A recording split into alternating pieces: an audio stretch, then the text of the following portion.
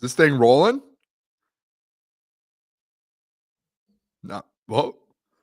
Idiot.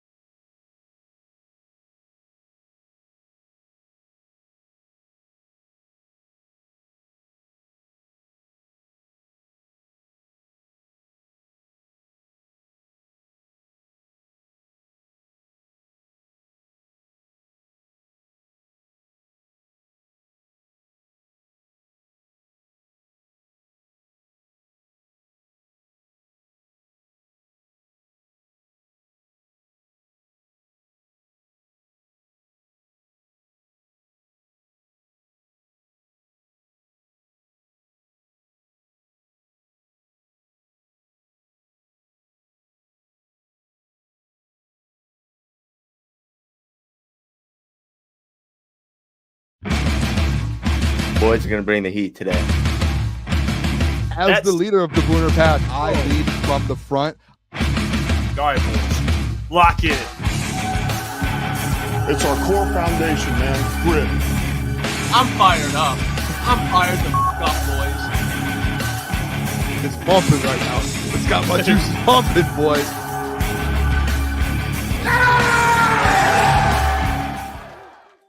Welcome to Crunch Time Sports with Jeff Booner and Lucas. It is Tuesday, April 1st. We got another great show coming at you guys. I mean, we got tons to talk about. Dan Campbell spoke to the media. Plenty to talk about. We got Trivia Tuesday. Come on now. We'll see if Boone can tie up the series. You know, Klotzy, the host. Need it. It'll be a fun time. I cannot wait for it. We also have some other things that came out today that we're excited to talk about. But maybe some things that some of us may be excited to talk about, maybe not others. You'll find out what that is. We'll get to it. You'll find out. I don't even know what that is. I don't even know what's going on right now. How we doing, boys? Feel good? It's a beautiful day out. Beautiful day out. No migraine today. Tigers W last night. Great to see. Got an easy bet on it. I hit Tigers money line. Boom. And Riley Green home run. Yeah, I was tweaking too, like because Saturday had a very intoxicated fun time at a Mud Hens game, and I'm watching Justin Henry Malloy. And then I wasn't able to watch the game last night, but I was watching highlights to catch up on everything that happened. And he's leading off for the Tigers. Could you imagine Saturday playing in Toledo? And then they call you up and they're like, hey, you're playing in Seattle on Monday. So 2 days because he played good for Toledo. He's hitting good. And they call him up and he's across the country playing for the Tigers. Matter of 2 days. Crazy. Yeah, Malloy, a dog, dude. Come on. Klotzy drunk texting at a Mud Hens game was one of the funniest things. I sat down, I took Jasmine, and we went, and because the tickets were like $17, and I'm like, oh, perfect, great seats, and I go, and it was probably like half empty, but the section that we sat in was packed, and I was like, and I can't do that where I'm shoulder to shoulder with people, and especially the lady next to me had a knee brace on, and she, like, when we were walking to get our seats, like, she literally couldn't get up. And I was like, oh, this is just, if I got to get up, it's a disaster. Yeah, and I looked across, that's tough. Empty section on my way. I picked up a couple alcoholic beverages and just had a great time. I'm going to go to more. Aren't you, are you 21, Klotz? Yes. Oh, okay. Make sure. I can confirm. Mm-hmm. You just turned 21, so congrats. Yeah, a couple months ago, huh? No. Oh no, that's a tough look. No. Yeah. Well, hey, with stuff happening right now, I got to bring up a couple things. So rule changes are happening in the NFL. So things got approved. A lot of things did not get approved. Some things got, I guess, sat on the table for later. Which one of those things is the seating that the Lions suggested, which I actually like. If you did you hear Dan break it down today? I didn't hear him break it down, but I heard Brad break it down, like from his perspective. So much sense. It makes a lot of sense. Like, and I get earning a home playoff game when you win your division, but you should be awarded. Bone. But if you win 14, like last year in the Vikings thing, it's going to happen again, where two really good teams are in one division. Yeah. You can't go on the road. You know what I mean? No. They can't go on the road. The Dan explanation makes it even a step further. When this came up, I don't know if it was Klotz or someone. I was like, I love this. And someone, it might have been just people in the chat, were just like, no, Booner, like, this is terrible. It actually, Dan explained a little bit of his side to it too, like went a little more in depth. The fact that, like, if you are in first place last year and you win your division, you have a whole first place schedule the next year, and a team that's in a last place schedule and they have a chance to win their, like, he's like, it all just doesn't add up. Like, if you're going to make first team plays or teams play first team, schedules, you have to be able to seed it accordingly. Like, you can't just do like, oh, division winners, because a team like the Detroit Lions playing a first team schedule, and then you look at like the Bucks division, like, a team there like the Falcons playing a worse schedule, and they somehow win their division and they're ahead of you because they played a third or a fourth team schedule. Yeah. And you're sitting there and you're like we went through the gauntlet. Like, you guys see the Lions schedule this year? Like, they have to play a first team schedule. Even if they lose a bunch of games, they're still a top 5 team in the NFL, and they have a chance to where if they drop their division because of that, because they lost to teams outside of their division, you're like, it just makes no sense. Like, it does make, and I think they're going to actually put it through. I saw a couple things to where it says like there's actually a lot of likes to it. Yeah, people support it, so I like it.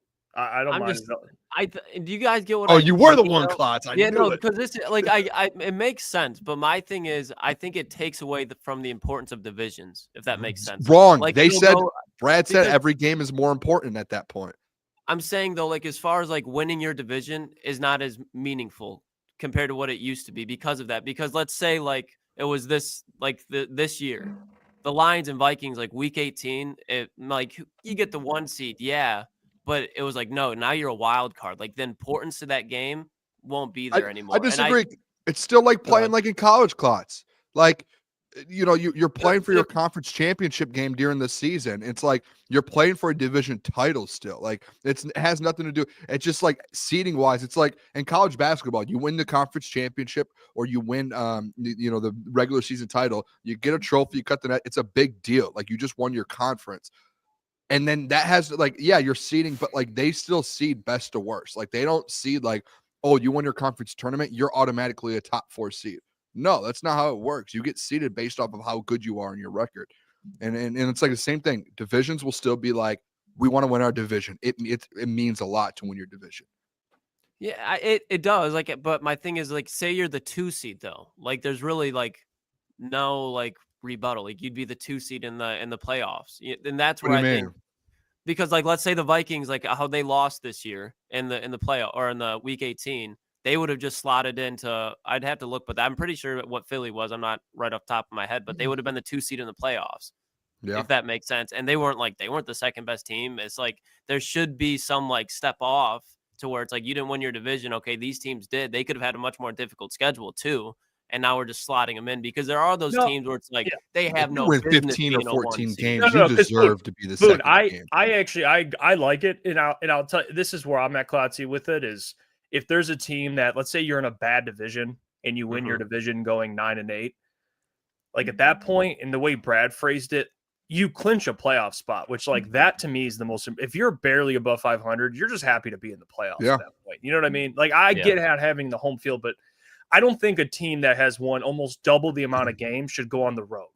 Like, I think that's where it gets a little like, if I'm a 9-8 team and we win our division, I'm happy. I'm like, boys, we clinched a playoff spot. Like, we're good. Like, I don't think the team that won 13-14 should be punished. You know what I mean? Just because the team's a win better. That's where, like, when Brad broke it down, I was like, I kind of get that. Like the Bucks, for example, like the Bucks they were a fine team, but you're making it. Even the Bucks and the Rams. The Bucks and the Rams, they win 10 games, right? Which is fine. The Vikings won 14. Like, Klotz, that's not like, oh, like they're just not better. You won 4 in the NFL. 4 more wins. It's crazy. Is a lot. Like, especially if you're going to argue the NFC North is as hard as it is.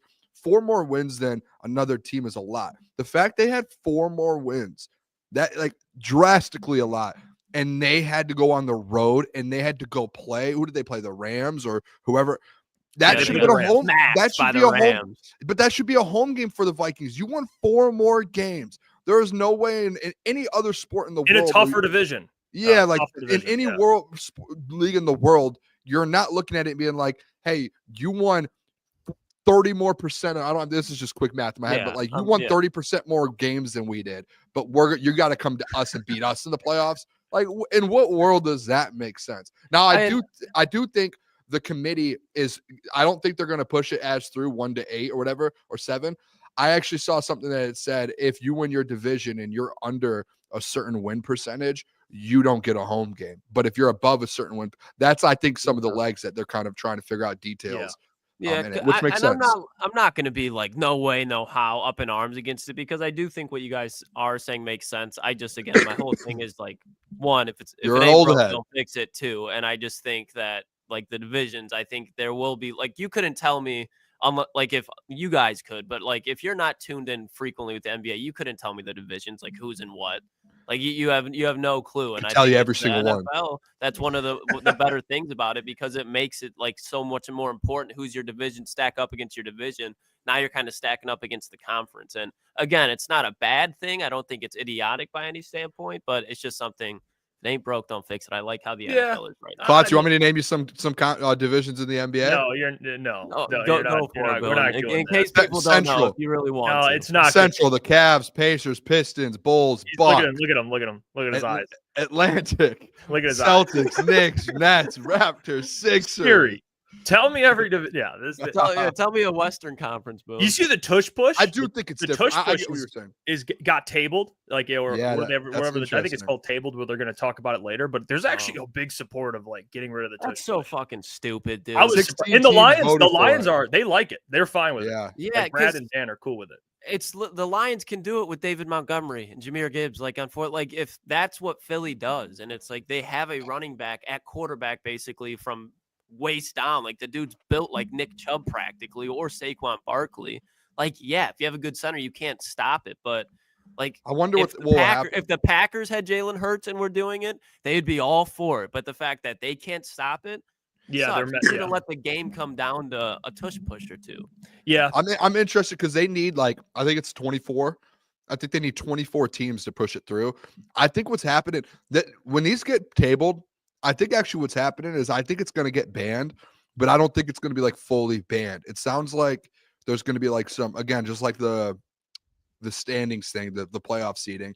They're trying to add make it different aspects, like doing it a certain way is banned, or I don't know, but that's what it sounded like. There's certain things that they want to add to it instead of fully banning it. They want to make sure people can still do it, but we have to make it because.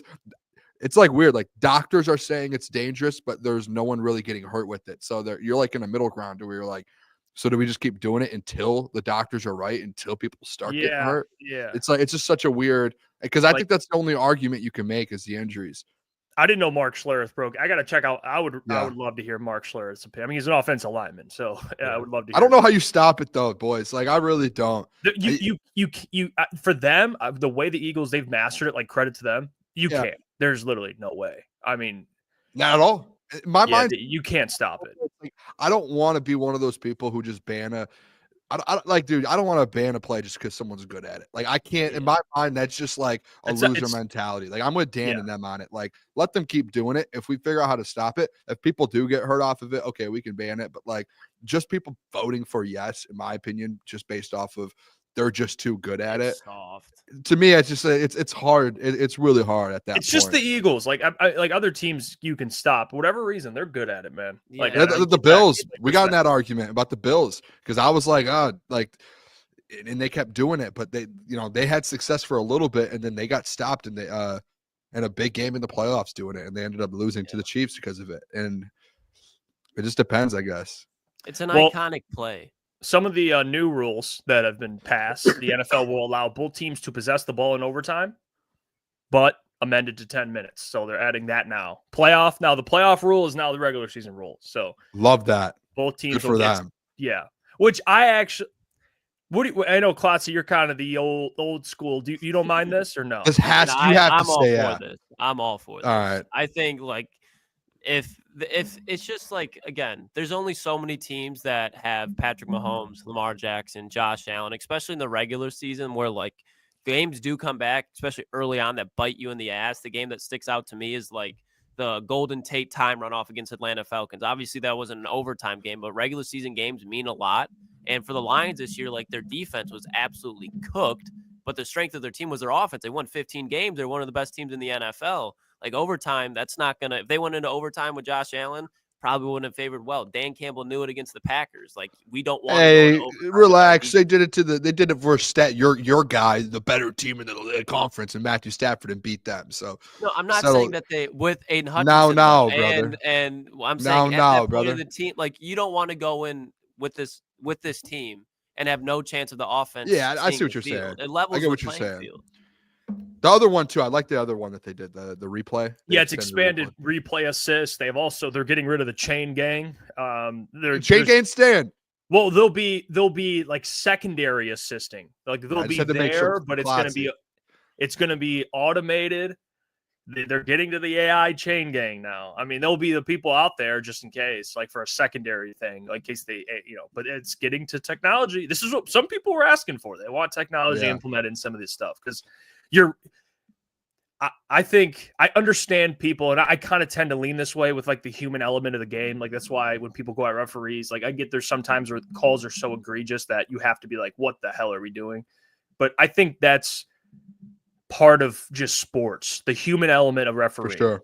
But the chain gang's different. Like to actually get a first down correct, I think is a little ridiculous. Like you should be able to, that should be every time. Like I do like the replay assist. Do you not like that?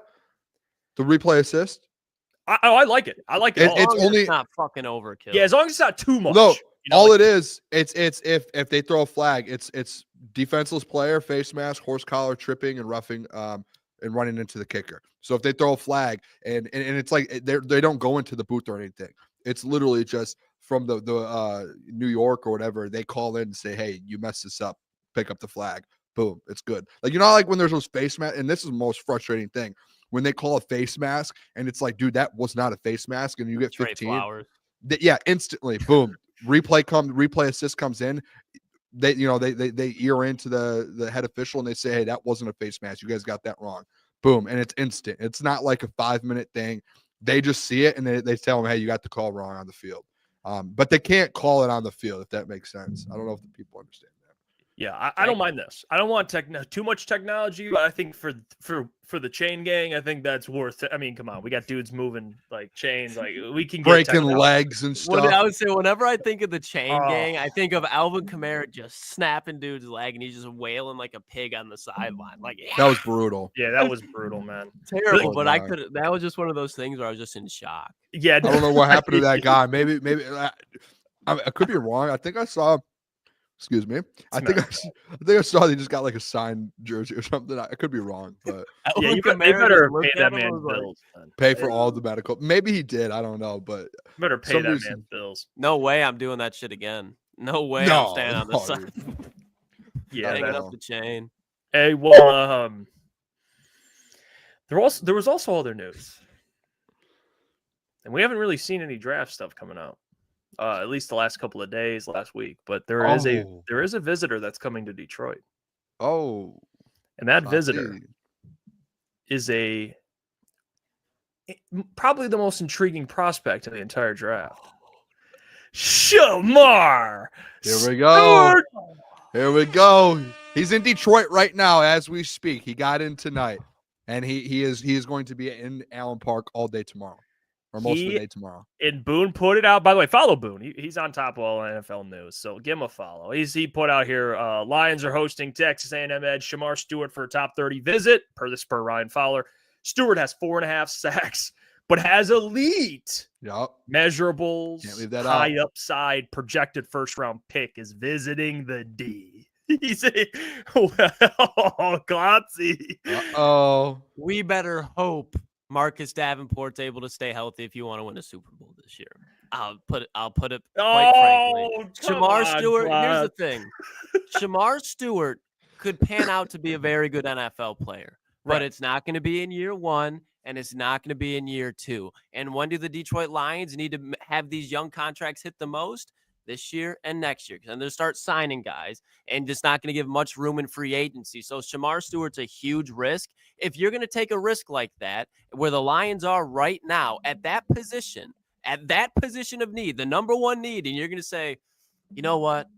I'm looking at guys that are also in Power 5 conferences that have more sacks than that, have been like, if Izaraku's sitting there and you're going to be like, give me Shemar Stewart, you're smoking crack. You are smoking crack. There's no way. Shemar Stewart could be a good player, not year 1. I think the Lions, if you're going to go defensive end in round 1, you want somebody that can be able to project and play year 1 and make a difference. Because if not, you're either hoping that they sign somebody in free agency or you're relying on Marcus Davenport. So Shemar Stewart can pan out to be a good player. I just think it's one of those moves where James Pierce is there.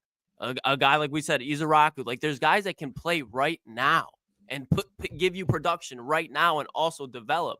Why take a risk like that in the first round, in my opinion? It's not a risk like Jamison Williams was. It's not a risk like Jahmyr Gibbs was, because what did both of them have? Insane measurables as far as what they can do with their production and what they did at the 40. Like, Jamison Williams wasn't the combine, but you could see the dude fucking flew. And you could see how important he was at Alabama. He was on the biggest stage. Jahmyr Gibbs, you saw how important he was. Those were risks, but I really don't think it was a risk when it came to the prospect or player. There is serious risk with Shemar Stewart. He could be one of those guys that just simply does not pan out. I don't think you looked at Jahmyr Gibbs or Jamison Williams, those other risky guys that won't pan out. So if it happens, I'm happy at least they drafted a defensive end, but I'm against as far as the actual prospect. Stop the cap. All right. Well, I had to get my lick back. Klotz, can I just say this? Out of everyone, and honestly, and this is me being like, hey, Klotz, like, you're my boy. Out of everyone I ever expect to be able to just watch some game film and be like, this guy might have something, even though the stats aren't there, because you do it all the time with guys. I am still in shock every time I hear you don't like Shemar Stewart. Like you're a guy where we go to the combine and you see a guy's measurables and you always used to tell us, hey, don't listen to the underwear Olympics, man. But then like we go to the combine and we go walk away and you're like, did you see how that guy ran out there? Did you see those measurables? Did you see how he tested? And then we leave the combine and you have 30 guys circled and you're like, here we go. But like with Shemar, the only negative is he doesn't get sacks. But every single other thing, he's there. It's a big part, but everything else is there where you're like, if you get him to the league and he starts to get sacks, he's like the size. Like I said, Jeff, when did I look at you when we first saw Shemar Stewart on the field? Literally, honest, but who did I compare him to? And I said he looks just like him in his combine because we saw a picture of it. And then what popped up on the screen? Who was it? Myles Garrett. Instantly. I just looked in the field and saw how big. I just looked at the production. I looked down there and looked how big he was, and I went. I remember seeing Myles Garrett at the combine. I looked down. I said, "Oh my gosh, Shemar Stewart, his size down there, and he's like in front of us. That looks just like Myles Garrett." And I'm not saying keyword looks. Yeah, I'm not. But I'm saying like when you're talking about the measurables and all of that, and then he tests out of this world, and you're like, "Oh my gosh." If this guy ends up in the NFL, if he ends up getting put in we talk about it all the time. Some players thrive. They thrive in good situations. The Detroit Lions is a very, very, very emphasized class, very good situation to where Shemar Stewart comes in with all of the attributes and immeasurables, and he's next to Hutch, Alim, DJ. The man's going to end up, he's going to be good if you put him in the right situation. Now, if he goes to like a bad team, yeah, he's probably going to do what he did at Texas A&M. Put him in the right spot and let him blossom. You're going to, Klotz, I'm going to say it now. You're not going to look good, buddy. You're not going to look good. I'm now going to counter Boone. As far as the combine goes, when have I ever been like, I saw this guy at the combine, I circle guys and I'll go look at their production. And my problem with Shemar Stewart is if we're taking Shemar Stewart in the second round, no issue at all. But if you're going to get Shemar Stewart, one, you're probably going to have to trade up for him. Because if he's as good as everybody says he is, shouldn't get outside the top 20. If he's falling and there's teams that are passing on defensive ends that need defensive ends, it's probably for a reason. And again, this team needs somebody that can play now, unless you want to rely on Marcus Davenport. And there's guys that can translate better now, and you don't have to take a ginormous risk. It's a first-round pick. You can take risk in the second round if you want to, but this is a team that's a step away from a Super Bowl, and that step away is the defensive end. So why risk it when there's guys that also have a ton of upside? Like, yeah, everyone knew he was going to test good, and that's why he's flying up draft boards. Nobody was like, wow, he tested good. That's the whole thing with him. You know he was going to go there and dominate the combine. But again, there's guys who have production and have the intangibles that can translate now. Like, the risk with him is, can he get sacks? What do the Detroit Lions need more than anything? Sacks. What's the question mark with James Pierce? Character issues. Can he get him to the quarterback? Yeah. Like, in the first round pick, give me the guy with the least amount of question marks, especially with the Lions, right? If you're going to, I'm just saying, Klotz, if you want like, to take a role at defensive when end, he straight has up a in the second 15 round. sack season, you're going to be like, oh no. Like, there's at one point of his career, he's going to have a 15 sack season, and I'm going to have to text Or you. he could just not translate to the NFL. Or he does, and he has all the measurables, and he's like, he just hasn't in college. He wasn't put in the right position. He wasn't there to succeed. He wasn't put in positions to succeed. Wasn't there to succeed. I mean, he wasn't put into positions to succeed. No, I get it. I'd be willing to be Nick wrong Scorin. if I'm wrong, I'm wrong. But Nick I feel Scorin, like the whole perfect narrative, example. There was no noise about Shemar Stewart through regular season. No noise. Like, as far as being like that dude. And then the offseason. How many guys do you talk? You can't do that when it comes to the draft. I can't. No, we're not doing that, because how many guys do you bring up where there's no noise? I haven't even heard of. As far as being first round picks, there have been first round guys. Nick Amanawari, no one talked about him until the combine, and you love him, and then all of a sudden you're like, I love him. I'm not taking him in the first round. Okay, you have talked. We had those conversations about him being in the first round. Now that it doesn't float your boat, you don't want to say that. Okay, I would not. Okay. I would not take. When it goes your way. I just made a whole argument to you yesterday on why I wouldn't take a safety in the first round, and you're throwing a safety in there. I'm not taking a safety in the first round. You too. No, it's all right. You're just lying now, so it's okay. I don't like Booner. I literally just got in an argument with you yesterday about Malachi Starks, about how it makes no sense for this. I'm not talking about that. It's all right. It's all right. Move on. You're going down a rabbit hole. I don't even know what you're talking about now. Let's get. You just said I would take Nick Amar.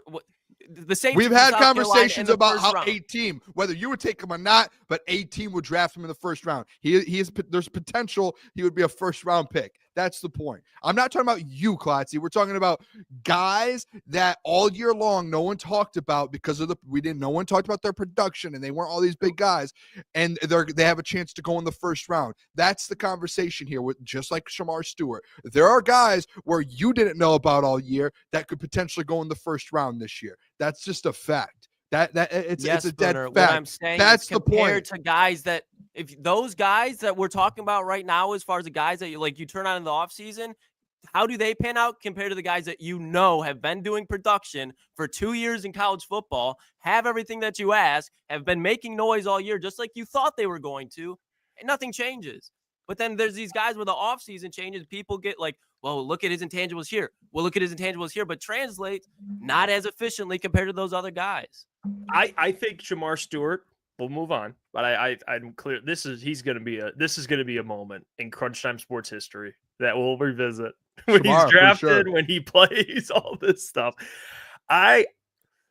He's the one prospect. Usually, I'm pretty good at picking. Like him, not a fan of him. I don't really know what to make of Shemar. Like I think he's really, like, I'll say this: if the Lions were to take him, would I be upset? I don't think I'd be upset. I'd probably be like, I would probably be like, okay. I think there are players that, you draft based on how you think they'll translate to the NFL. And I can understand that. Like, I brought up Odafe, like for the Ravens, like some guys, and he's a 10-sack guy. Like, and he didn't produce much in college. So I think Would it be controversial? Yes. And if he doesn't work out, would it look a lot worse? Yes, for Brad. But I would at least, I don't think I'd crap on the pick. I think you have to choose a side. I think you just chose a side. Never mind. Sorry. Yeah, no, I'm with it. Like I'm not going to say it'd be a terrible. Welcome to the vote. I don't know really. It's a controversial for sure. Like if he was drafted, I think it'd probably be split in the family. I think last thing I'll say on this, and I'm done after. I'm done after this with Shemar Stewart. If he gets put in a good situation, he's going to be very good in the NFL. If he gets put in a bad, like I think he's one of those guys to where his situation is going to matter very, very much. Like if he gets put in the Lions, he's going to be fine. If he gets put on, I'm starting to think of a random team like the Panthers, he's probably going to struggle. Like that's just what it is. Like if he's put with a guy like Aiden Hutchinson, he's going to blossom and he's going to turn into something. He had Nick. I'm done after that. Multiple guys. I'm done, dude. You're arguing. It's like, dude, I don't want to like you're going off these other middle. You're going off so many different tunnels right now. I have no clue what you're yelling about. To be fair, so that was the final word. I said, yeah. I just wanted to say if he gets put in a good spot, he's going to be fine. If you want to say Nick Scorin, like Nick Scorin was very good at Purdue and then came there and was not good. It was not a Nick Scorin. It was a Texas A&M situation. This was a massive Texas A&M situation. Okay. I get it. I agree. I do agree with that. Klotz, he's not a huge fan of him. So, and that's okay. Second round. He's a fourth round. He's a fourth round guy to you. Yeah. I just said the 2 rounds in front of you. That's why ball no tag has been revoked from me for you. Until further That's notice. fine. It doesn't have to be an objective thing, Boone. No, it's subjective. It is subjective. A lot of Lions fans. I mean, there's people in the comments literally right now that don't like it. So it's controversial. But will he go in the first round? Probably. Someone's going to take him. So we'll see how that one ages. But I do want to bring up more Dan quotes because we have more to get into, and this is a more relevant. Speaking of a controversial prospect. The 6'8", 350, no gut. Oh, now another rabbit prospect from Columbia.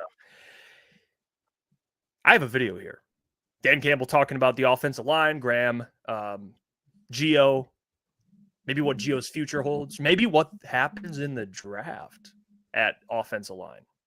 So let's play this clip, and then we'll give our thoughts on it. Here's Dan Campbell. This is credit to the Detroit Lions. Of course, they posted this, but here's the clip.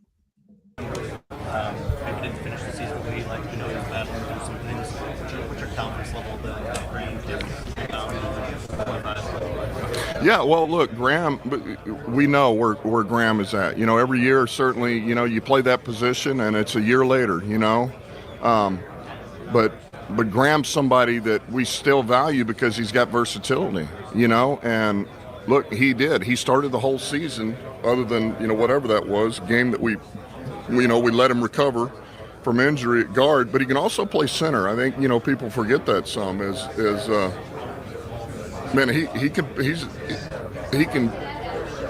can do an excellent job at center, as a matter of fact, so I think there's things that he brings to us that are not always easy to find. So yeah, we have confidence in him. And there again, the fact that he can play all the positions, man, that lets you breathe easy. Do you envision him going back to right guard this year? I don't know. I don't know. That's a thought, man. We've talked about that. Do you go back to right, and is it Mahogany left? Is it somebody we drafted? You're going to do your best to let these guys compete and see where they're at. I mean, do we try Manu at guard? That's a thought.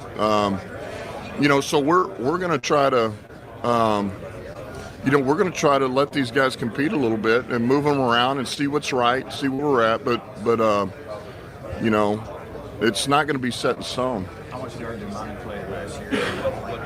I mean, it was only scout team, and it wasn't a lot of it. It would be, that would be a, you're going to kind of take a leap of faith and push those reps. And see if he can grow from them. Do you do that or do you keep him outside? Those are just some of the thoughts that we've had. So it's very good thoughts, Dan Campbell. I love the thoughts you're having there. And the key thing he mentioned in that video is, could be Graham, could be Manu, could be someone they draft. That right there, I'm like, here we go, boys. This is where things start to fall. Tyler Booker, Donovan Jackson. Gray's able. I drafted him last Jake week. Majors? No, that'd be center. But still, maybe they draft somebody. A Johnny Cornelius, Dylan Fairchild. A lot of options. But I think the big storyline here with the offensive line is what happens with Graham. Because I think Mahogany's going to – the way I have faith. I have him as like a breakout player. I think he really shines this year. So I think he's going to get that spot, that left guard spot. I think that's where he starts. Or right guard if it's not Graham. Yeah. But that other guard spot, especially if it's Manu. Manu's already a left tackle, so it'd be better putting him at left guard because he's already, he's used to moving that way anyway. If it's not Graham. But Graham, I would assume, would get the vet nod. I mean, Dan talked highly about him. He could play center, and he's a solid center. So I don't want to act like Graham just forgot how to play football either. You know what I mean? I don't want to I mean, I know he struggled all year, but we've seen him at right guard. So we've seen him have really good games. But yeah, I do think the Lions will draft a guard at some point in this draft. And now where they do it is the question. Mm-hmm. Is it early? Is it late? Who knows? I'm starting to think, boys, and maybe I'm crazy for it, but Klotz, I know you went to two offensive linemen in the draft yesterday. I don't think that happens. I don't think they go two, but a couple weeks ago I did a draft and I said, listen, like if they love an offensive lineman and they love an edge rusher, are like 2 out of the 4 years Brad's traded back into the first round and got another guy, or he's traded at some point in the first round. Is there a world where they do that? Like I did the one where I took James Pierce and then I traded back in and got Gray Zabel, or I traded up and got James Pierce. And then, I stayed at 28 and got Gray Zabel. Like I think there's a legit possibility. And this is where I think with Lions fans, like I know edge is like a very, very high need. And people are like, hey, we need another edge. If I'm you, like prepare now. It's April 1st. What day is the draft? Do you guys know? The exact 26th, it's like April 20. Let me see. I'll tell you right now.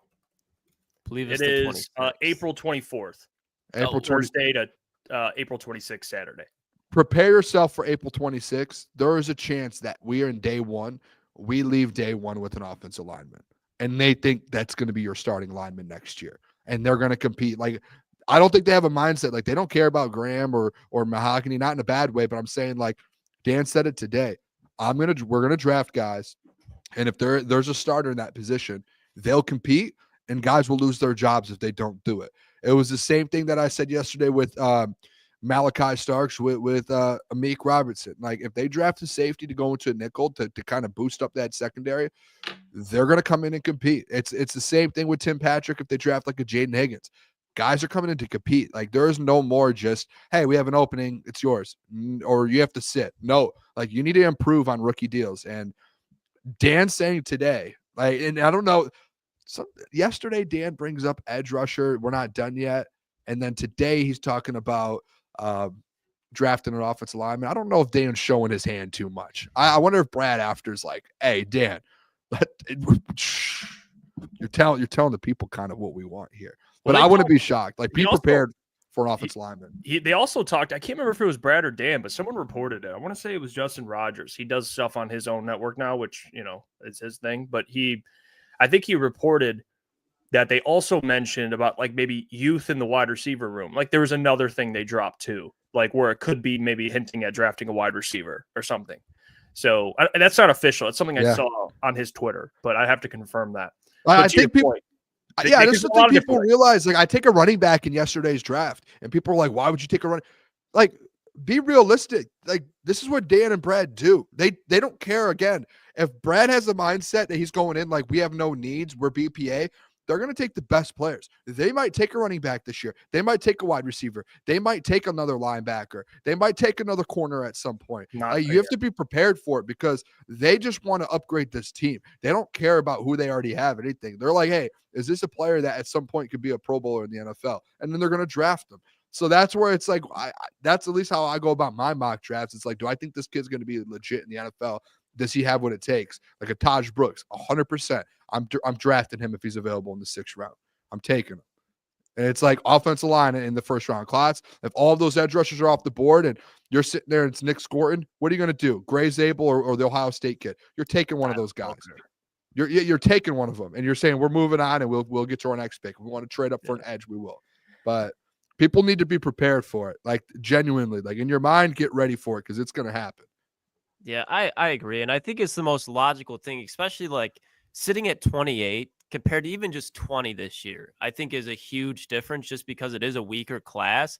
And thank God for the Lions. It's one of the stronger defensive end classes. Like you can go in the second round, to your point, Booner, take an offensive lineman instead of Nick Scorton at 28, or if you want to trade back a little bit more in round 2, pick up value. But then at 60, you're going to be looking at guys like Josiah Stewart, who they've been talking to, Jordan Birch, Kyle Kennard, guys with a lot of production and have the intangibles. There's just a few things they need to refine, but they could be right there. Like, I think after James Pierce, Mike Green, however you want to order them, Izaraku, like those premier guys, like once you get to like the Shemar Stewart, I don't think there's that much of a talent gap to when you get to, okay, now you're looking at a guy like Jack Sawyer. Okay, that's when the next tier starts. But that tier from like Shemar Stewart to Jack Sawyer, there's a lot of flexibility there. Like Princely Umalan from Ole Miss, if you can get him in the second round, like that is a bargain instead of just, hey, let's just go take defensive end in the first round and not get somebody in the second round. Yeah, I think too, and I'm just going to pull this up. I just commented back to it. I love Shift God, but he said safety is the least of our concerns. Like, are you guys like literally like, and Klotz and Jeff, like, I don't know if you guys are hearing my point. Like, if like Shift God, like you obviously aren't processing the point that's being made. Like, it's BP. Like, there's no like needs or least of your concerns in drafts with Brad. Like, he's going to draft his favorite players. Now, I'm not saying like favorite, like, oh, I really love that. Like, guys that he thinks are going to be dogs. So if you're like, oh, don't take a safety, Klotz, I know you don't like the safety at 28, but if like that's like the highest guy left on his board, if that like, and Brad talks about his board and how, like, remember he said Terrion and Quinion, he said they were like top 10 on his board overall. So it's like, you would never, like, would they be top 10 on your guys' board overall last year? Probably not, but they were for Brad. So like Brad has his board. It's a lot different than most boards. Do you like think man needs drafted factor Jameer in for the board? No, I think there was the comment yesterday, and this is not me being a slappy listening to it. The comment yesterday of him saying, I was originally nervous that we would have to go needs in the draft, and then him being like, I felt like with DJ Reed and some of these guys that I don't have to anymore, whether you agree with him or not. I think he's going to go through his board this year, and I think he's going to go back to what he used to do. Like last year was development. I think the years before he went straight off his board. I don't think he did that last year. Okay, we can agree there then. Last year, go ahead, Jeff. No, I just think my thing, and this isn't me like trying to like disprove what you're saying, Boone. This is where I'm just spitballing. This is where I think I'm thinking like, okay, Brad, BPA, understood. But it's weird how every pick in the first round, there was always a vision like of where they'd be. You know, like, for example, Jahmyr Gibbs, they talked about pairing him with David, having an electric backfield. Or Jack Campbell, you had an older linebacker. You had an older linebacking crew with Derek Barnes, who hasn't quite developed yet.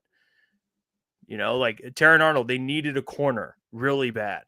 So, like, I'm not saying he drafts for need, but it's like just looking at some of these picks, it's like maybe when you're picking top 5 and you're a bad team, you're like, yeah, you know, you're just taking BPA. Like Aiden Panay. But I don't know. Like, I get it, but there's got to be at least something weighing on his mind when he makes that first round pick where it's like, what's the vision with this dude? You know what I mean? Yeah, I think he has. You know what? I'll say this, and this is where we come together. I'll say I think in the first round, especially like if he wants to trade up and stuff, I do think he has a list of like, and I think when he makes his list, it's probably a lot of edge rushers and offensive linemen because that's what's very good in this. Like, you know, right. Especially if you already have a quarterback and receivers and you have some of those positions, that's good in the first round. So I'm sure it's like boom, boom, boom. But then, like, let's say the top tier defense, which the chances of that happening, like when I did my mock the other day, James Pierce is gone. Gray Zabel's gone. Who's the guy that you keep naming, Klotz? The offensive lineman? Tyler Booker. Like, these guys are all gone, and I'm sitting there. I'm like, okay, who's the next available? Why is Malachi Starks there? It's because all those guys are gone, right? Like, teams elected to go then. So it's like, I think at that point, he has all his edge rushers, his offensive linemen ranked. If those guys all fall off the board, either he's going to just take BPA or he's going to trade back and go BPA. Like, it's going to be one of the two. That's where, like, the people in the chat, like, Shift God's like, why in Super Bowl, like, why are you banging the table for Stark? I don't care about drafting Stark. You just understand why he would. You understand. Yes, it's understanding how does Brad Holmes' mind work. It's the same exact reason he took Jahmyr Gibbs at 12th overall. It's the exact reason. And it's the same reason he said he would have taken Jahmyr Gibbs 6th overall, because he has his board and he sticks to it. That's all it is. He has his best players and he sticks to it. And like Shift God, you don't believe in Brand. Shift God, like, I'm going to take Shift God's wrench away if you're going to start acting like no, that. you're No, not. don't act Don't like be that. Don't be smarter. Don't be a troll, Shift God. Be smarter. I want Branch, Kirby. Like, you have to be smart. Come on now. Like, let's not be. I'm just saying, like, let's not be dumb in the chat. Open up your mind and be a normal person. Be smart now. There's your people. Malachi Starks. There's Jeez, people. dude. There's Like, people. at least ETN is football. Like, he at least knows what he's talking about. Shift. They know what they're talking about. They just disagree with that philosophy. They disagree with. Believe in Branch, buddy. They, What are we talking about here? no, Boone. They disagree. They don't. Oh, they it's don't, weird. It's like there's another position in nickel where a guy could be Brian Branch played nickel last year and the year before. Oh, it's such a weird concept that you can have 3 safeties on a defense. It's like, it's not a thing. Oh man, did I just make that up? No. Okay, Boone. I mean, am I correct? Do I not know? Could 3 safeties span the field at once? But Boone, They people. can't, Although They I'm can't. okay with this. I'm okay with the Starks pick. I know why people aren't always going to be like, okay, Brad says it, I like it. Like, people see it a different way. They don't like that BPA philosophy. They think you should draft on need, and like, that's okay. I get it. I definitely think Brad factors in. Personally, I think Brad factors in need a little bit in the first round. Now, after that, I think he just goes BPA. Like, I think Ennis Rakestraw was an actual BPA pick. I do. And Taron Arnold, it's like, it just so happens you needed a corner and he was best player available. Like, I get it. Up for him. Yeah, you traded up and got him. Like, or Jahmyr Gibbs, they just had they just had Demon at the time. And they traded away Swift, didn't they? Before that? Or was that after? That's why I was like, they're out. You knew it was happening. But if it helps you guys feel any better, I'd like Shemar Stewart at 28 over Malachi Starks. If it helps lay any demons to rest about the Shemar Stewart argument. I just think it's just a pick that you're not going to really see full value of ever, in my opinion. Because if you do, and I get the whole BPA argument. I get what you're saying, Booner. I'm not saying this to you, but my reaction to that is, okay, so you have 3 safeties and you want Malachi Starks to be a nickel. Okay, you expect Derek Barnes, Alex Anzalone, and Jack Campbell also to be on the field a lot. That can't happen. You have to run a nickel. You got to take a linebacker off the field, and you just extended Derek Barnes. Alex Anzalone is probably your best linebacker, if not Jack Campbell. And you want to keep both of them on the field without a doubt. They're part of your best 11 defense. So I'm not denying that Malachi Starks wouldn't be the BPA.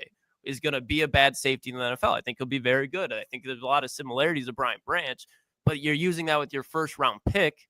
And again, for him to truly be Malachi Starks, he's got to beat out Brian Branch or Kirby Joseph. If he beats out Amik Robertson, great. He probably would.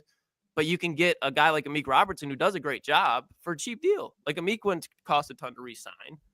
I think he knows that. So I get the perspective you're bringing, Booner. I just necessarily don't agree with that perspective. I don't think it's a logical thing to do with this team right now. Can we and cut this out real quick? Can we stop just acting like what my point is in this segment is Malachi Starks? No, like, I'm not. I didn't mention Malachi Starks We're once tonight. No, it's we're talking about BPA, to where it's like, if all of these top tier guys are off, like, I think the underlying point of this as well is, like, Jeff, to your point the other day, like, if all of these guys are off and it's BPA, you trade back because your BPA list it's falling off. Like, those guys are gone. Like, I think that's the whole point. I think that's the preparation of prepare. It's like the preparation after hearing Brad. Prepare for an offensive lineman. Prepare for an edge because we all want one, but also prepare to trade back or prepare for Brad to give up assets to go forward because he wants BPA and he wants his guy. But like, the conversation no longer is just, and this is like my whole point of this whole thing tonight, especially with those comments today with Brad or with Dan and yesterday with Brad. It's no longer just like, and Shift God said, I'm the edge to the D guy. I still want an edge the first 2 rounds, but it's no longer like it is a lock that there's going to be an edge in the first round. It's I no agree. longer that. And that's like my whole underlying point with this whole conversation. I don't care about Malachi Starks. I don't care about all these other positions. The main point is be prepared after today, after the last 48 hours. It is no longer you're expecting them to draft an edge. Like things have changed the last 48 hours based off of the comments, whether you like it or not. That's the bottom line. Well, we'll I see. agree. They could draft. Speaking of BPA, they could draft Kenneth Grant. I mean, that could be an option. Kenneth Grant, that's another one. And you sit there and you go, That's yep, my okay. white whale of this draft. Yeah, I- especially with Alim McNeill, because Dan mentioned today that Detroit Lions defensive tackle Alim McNeill won't be ready at the start of camp and probably not early in the season, per Dan Miller. So, which we knew this, but you got confirmation. Like, it's not good, right? He's not going to be there. He said he's not going to be there before the season. He's not going to be there to start the season. And if I'm being completely honest with you, even when he gets back, it's still going to take probably a couple games before he starts playing. So it's going to be probably mid-season for Alim McNeill, which actually stinks because he is an important player. He's your second best defensive lineman on the team currently. So I think it can open up to different possibilities, right? Like Levi, all these other guys, which we'll get into in a second here. But I will say, if I had to ask you guys, and I have also the quote, which before I get into this, I'll just share this. Dan also said this, and you hinted at it earlier, Boone. Dan said, we feel good about where we're at, and we're not done either. Speaking about the defensive line room. Here, let me see so you can actually see the full graphic here. Talking about the defensive line room, he said, we feel good about where we're at, and we're not done either. So that hints at a defensive lineman getting drafted at some point, I would assume, or signed or whatever. They're adding somebody, which I appreciate. But I'll say a player that I think can benefit from this, and a player that was here last year with no help really at all. And I don't think he's a great player, but I don't think he's a bad player, is Levi Onwuzurike. I think Levi has an opportunity right now. He does, and it's make or break. You signed a 1-year deal. The Lions still believe in you. You're going to have a healthy offseason, which he hasn't really had. Like, if they don't draft a defensive tackle, and shout out, all the chat knows, right? Walter Nolan's been in my mocks. Kenneth Grant, you guys are open to. Like, if they draft one of those guys, then awesome.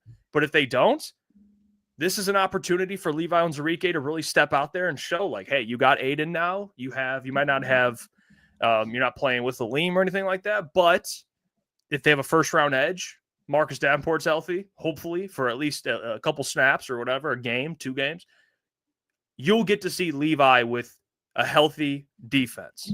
And at that point, it's make or break. So I think a player that has the most to gain in the situation early on is a Levi Onwuzurike. I think Levi too. I think Levi, like with the Alim out, I think he's going to be the guy that steps in, however many games it is. Like he's going to be starting in that position. You would think maybe Josh Paschal would be in there, but in my opinion, I think I would throw Levi in there and say, hey, like this is all you now. Like go to work. And I hope he has a big training camp. And I think like the biggest thing with it is like the fact that you have Hutch there all season. Like you saw what Levi was doing last year when Hutch was there. And then when Hutch goes down, Levi's top 20 in pressures. I'm trying to think of another player like Mekhi. The thing with Mekhi Wingo, and I just realized it today though, is Mekhi Wingo's coming off a major injury as well. Like he was injured and out for the season too. So he's still rehabbing. I don't know. They didn't really ask today what Mekhi Wingo's timetable is. So I don't know if he's going to be there for training camp. I'm not 100% sure on that. And then the only other one, and Klotz, I don't want to take yours, but I mean, I feel like just the answer across the board should just be Levi O or Josh Paschal, to be honest. Like I think those are the two guys where you look at and you go, Davenport, if he's healthy, he's there, but like that's really not like step up. Like, hey, just be healthy and you're good. But those two guys, like, it's the kind of that do or, produce or go home type of years for them. Levi's on the 1-year incentive deal, and Josh is on his final year, I believe, of his contract. So you expect both of those guys to step up like big time this season.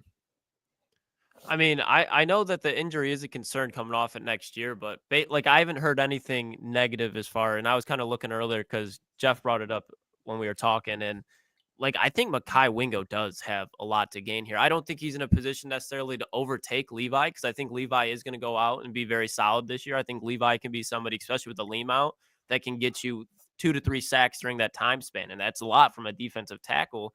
But the next guy up behind him would be Mekhi Wingo, and you saw what he could do last year. And as far as getting to the quarterback, if he's somebody that we talk about the Eagles, how they didn't really have like a dude, and you have that guy with Aiden Hutchinson, but it was a lot of sack by committee. And if you can get Mekhi Wingo in year 2 to get 4 to 5 sacks, I mean, that's a great stepping stone to do. And I'm talking about season long, not just when Alim out. But there's going to be opportunity for him if he's healthy, like you said, Boone. And because the surgery went good, like when they were talking about it, like there is a chance for him to go up from, he'd probably be 5th or 6th of the rotation. If he can go up to be that 3rd, 4th man, that's a huge W. That's pretty much the mahogany of the defense side of the ball when it comes to the draft last year, because he's filling in, give you some production, and somebody that you can rely on because he can get to the quarterback. Pascal, he can, but that's not the strength of his game. Mekhi Wingo, he's a guy in the interior that has the ability to get after the quarterback. So I think there's a lot for him to put on display.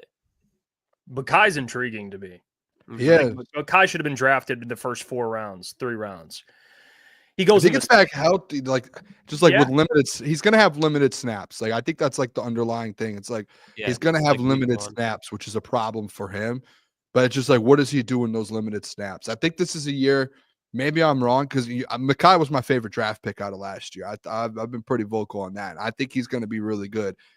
It's just like with Levi and Josh and DJ Reader and Alim, he's going to be that 5th guy, and as well as Lopez, he's going to be that 5th or 6th guy, like you said, Klotz. But with limited snaps, it's like develop, because next year, if you don't have to bring back Levi or Josh Pascal, and you can just move on with Mekhi after this next year, I think that's a positive. So I don't think it's more so like him to produce a ton this year. I think it's more so like we want to see some like what is this guy's ceiling? Yeah, I think if Wingo leaves the season with 3 to 4 sacks, 3 to 5 sacks, like, I'm happy with that. Like that's a good second year for a 6th-round pick. Big. That's a big. I'm not year. asking him to turn into a 7-8 sack guy. Like, no, get a sack 1 every 5 games, 1 every 4 games. Conti, what are you asking out of Davenport? Because stay healthy. Stay healthy. Because Dan talked about Davenport. So let's hear from Dan Campbell on his belief in the I don't know what you'd call him. He's speaking of controversial, he's a controversial player. But here's Dan Campbell on Marcus Davenport. Bringing Davenport back, the guy gets injured historically. How tough is that? Get away from that stigma from a player. Yeah. How much is that in your mind of bringing him back? Yeah, I mean, look, those are things that always weigh. We think it weighs on us. It weighs on the player too. But you want to know, I think for us that he still wants to go. You know, like, man, I'm willing to attack this, continue to get better, which he has. And I think, you know, as long as he's willing to make another push, believes that he can get this done, and we feel like the rehab and everything has gone well. We think this will heal. You know, everything's right about it. Then yeah, we feel good. You know, and for what as long as if it goes the way we think it's going to go, Davenport is going to be a hell of a player. But if it goes how we think it should go, like it's like, yeah, if I won the lottery. The amount of times I've said that after I place bets, it's like, if this goes how I think it's going to go, I'm going to be a millionaire. I'm going to have a good night tonight. And it usually doesn't. So speaking of that, Boone, did anyone hit home runs? Let me check real quick. I don't think so. I think there's been home run hitters in the game. I just don't think it's the guys that we took. Okay. Dominguez homer, Volpe homer. I almost took Volpe too, and I said, "Give me Paul Goldschmidt." It's okay. Paul Goldschmidt. Marcus Davenport thing. It's just you're chasing. It's like the first time, like you drink, first time you smoke weed. Like, you know, when you're just always trying to get that first time again. It's like it's gone. It's gone. There's no ever replacing that vision of 9.5 sack Marcus Davenport. That was in a contract year, and the only year that he pretty much stayed healthy. There was a year where Marcus Davenport stayed healthy and gave half a sack to the Minnesota Vikings, and that was after he got paid a lot of money. And I understand for the as little amount that he is getting paid right now is a good value for the incentives. Like, he's not signed for a lot of money. I'm not complaining about the money, but you're not signing him to be a $1 million player. You're signing him to be able, especially if you draft a rookie. Marcus Davenport's probably going to be starting next year, week 1. And again, you went into a situation last season, week 1, where you had Aiden Hutchinson, Marcus Davenport. Everyone could clearly see you needed to upgrade. So what'd you do? You brought in Zadarius Smith, obviously because of injury. but then you let him walk and you settle for the guy who got hurt 2 weeks in. Granted, it was a dirty play, but he's had plays where they haven't been dirty plays the last 3-4 seasons and not been able to be healthy. So for $1 million, fine. But to be a true contributor to this defense, it's like wishful thinking. You're chasing something that's just gone. It's not there anymore. It's gone. The ship has sailed on Marcus Davenport. Again, I will be happy to be proven wrong. I'm not going to be out there if Marcus Davenport misses a tackle, be like, this fucking, but I'm like, no, I'm not preying on his downfall, but I have zero confidence that Marcus Davenport is going to be able to be a key contributor down the stretch for this team. Like, no, you haven't seen it. Not going to happen. This hurts, boys. And it hurts because I love Dan Campbell. Okay, I love him. And Schiff God already put the example that I was going to use, and it's a very good example. He used it as a personally, but just in general, it's like having a good friend. It's like a good friend, and they're messing around, or maybe it's a good female friend messing around with a dude, or a dude, whatever you're into. All right, you have a significant other. All right, you have a significant other. You have a good friend. They're messing with someone, and they're like, "Hey, man, we're working through some things. Maybe they keep breaking up, getting back together." And you're talking to your friend. You're like, "Listen, man, it ain't working. Like, I see you guys, you're not, it's just you guys are fighting and you're not happy. I see you're complaining all the time." But then he says, "You know what? I got faith. Like, I like this girl. I think it's going to work out." And then a month, 2 months later, he's fucking complaining about her again. So it's the same thing with Marcus Davenport. It's like, I get it, Dan. You have faith in your players, just like every coach should. Right? Coaches should have faith in their players. But he's a little blind because he's a coach. That he's going to see the best, just like your buddy would see the best in a female. He's going to see the best in Marcus Davenport. But you know what the reality is, guys? We already know how this thing ends. It's going to end miserably. And Marcus Davenport's probably going to get hurt. We already know. And this is why I think fans, not that they know more than Dan or more than Brad, but I think fans have a really good point of view on everything because they watch the games and they don't have like a bias towards the players because no one really knows any of the players. They're just it's just what their eyes see.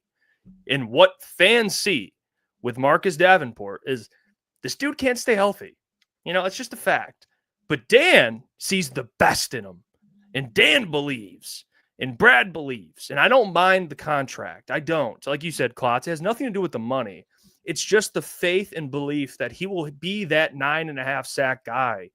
The chances of that actually happening, boys, is little to none. So, like I always say, and I will continue to say, we have to stop acting like he is DN2. He's not. He should be DN4, 3, 4. A rookie should be at that DN2 spot, or Zadarius, whatever. But yeah, I already know how this thing's going to end, man. And I love Dan. He sees the best in him. I get it, but we already have the end. It's like Cliff Notes. We already know how the book, it's like you're glossing through everything. Oh, okay, he's probably going to get injured. I already know how this is going to go. But especially at this point in his career, he's not going to get healthier. And he's had upper body injury, lower body injury, lower body injuries. Like, what's the expectation? How many games? 12, like max 12. I'll act in good faith here, and I'll say 10. Okay, I was gonna say good faith is probably like max 12, but like 10. I'll say 10 because I don't want to seem like I want Marcus Davenport to go out there and get hurt or be I would love for him to play 17 games. Like that would be unbelievable. Like that would be like a dream. Imagine if Marcus Davenport played 17 games, get you 8 sacks, and you have Hutch on the other side with 17. Yeah.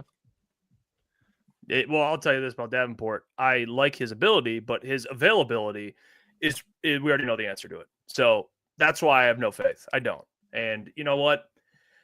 Wish the best for him. I'm not rooting against it, but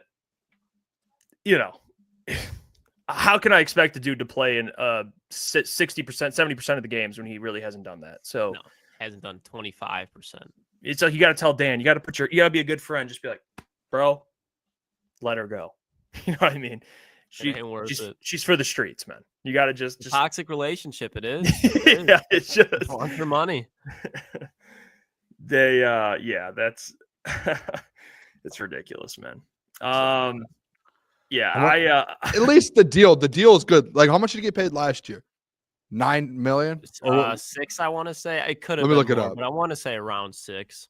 Because if you do like compare it to, and this is where I think, to me, it's like, okay, I have no like, issue with the contract at I all. can deal with this. Like, all right, career earnings last year, yeah, about 6 million, and now you have him at 2.5.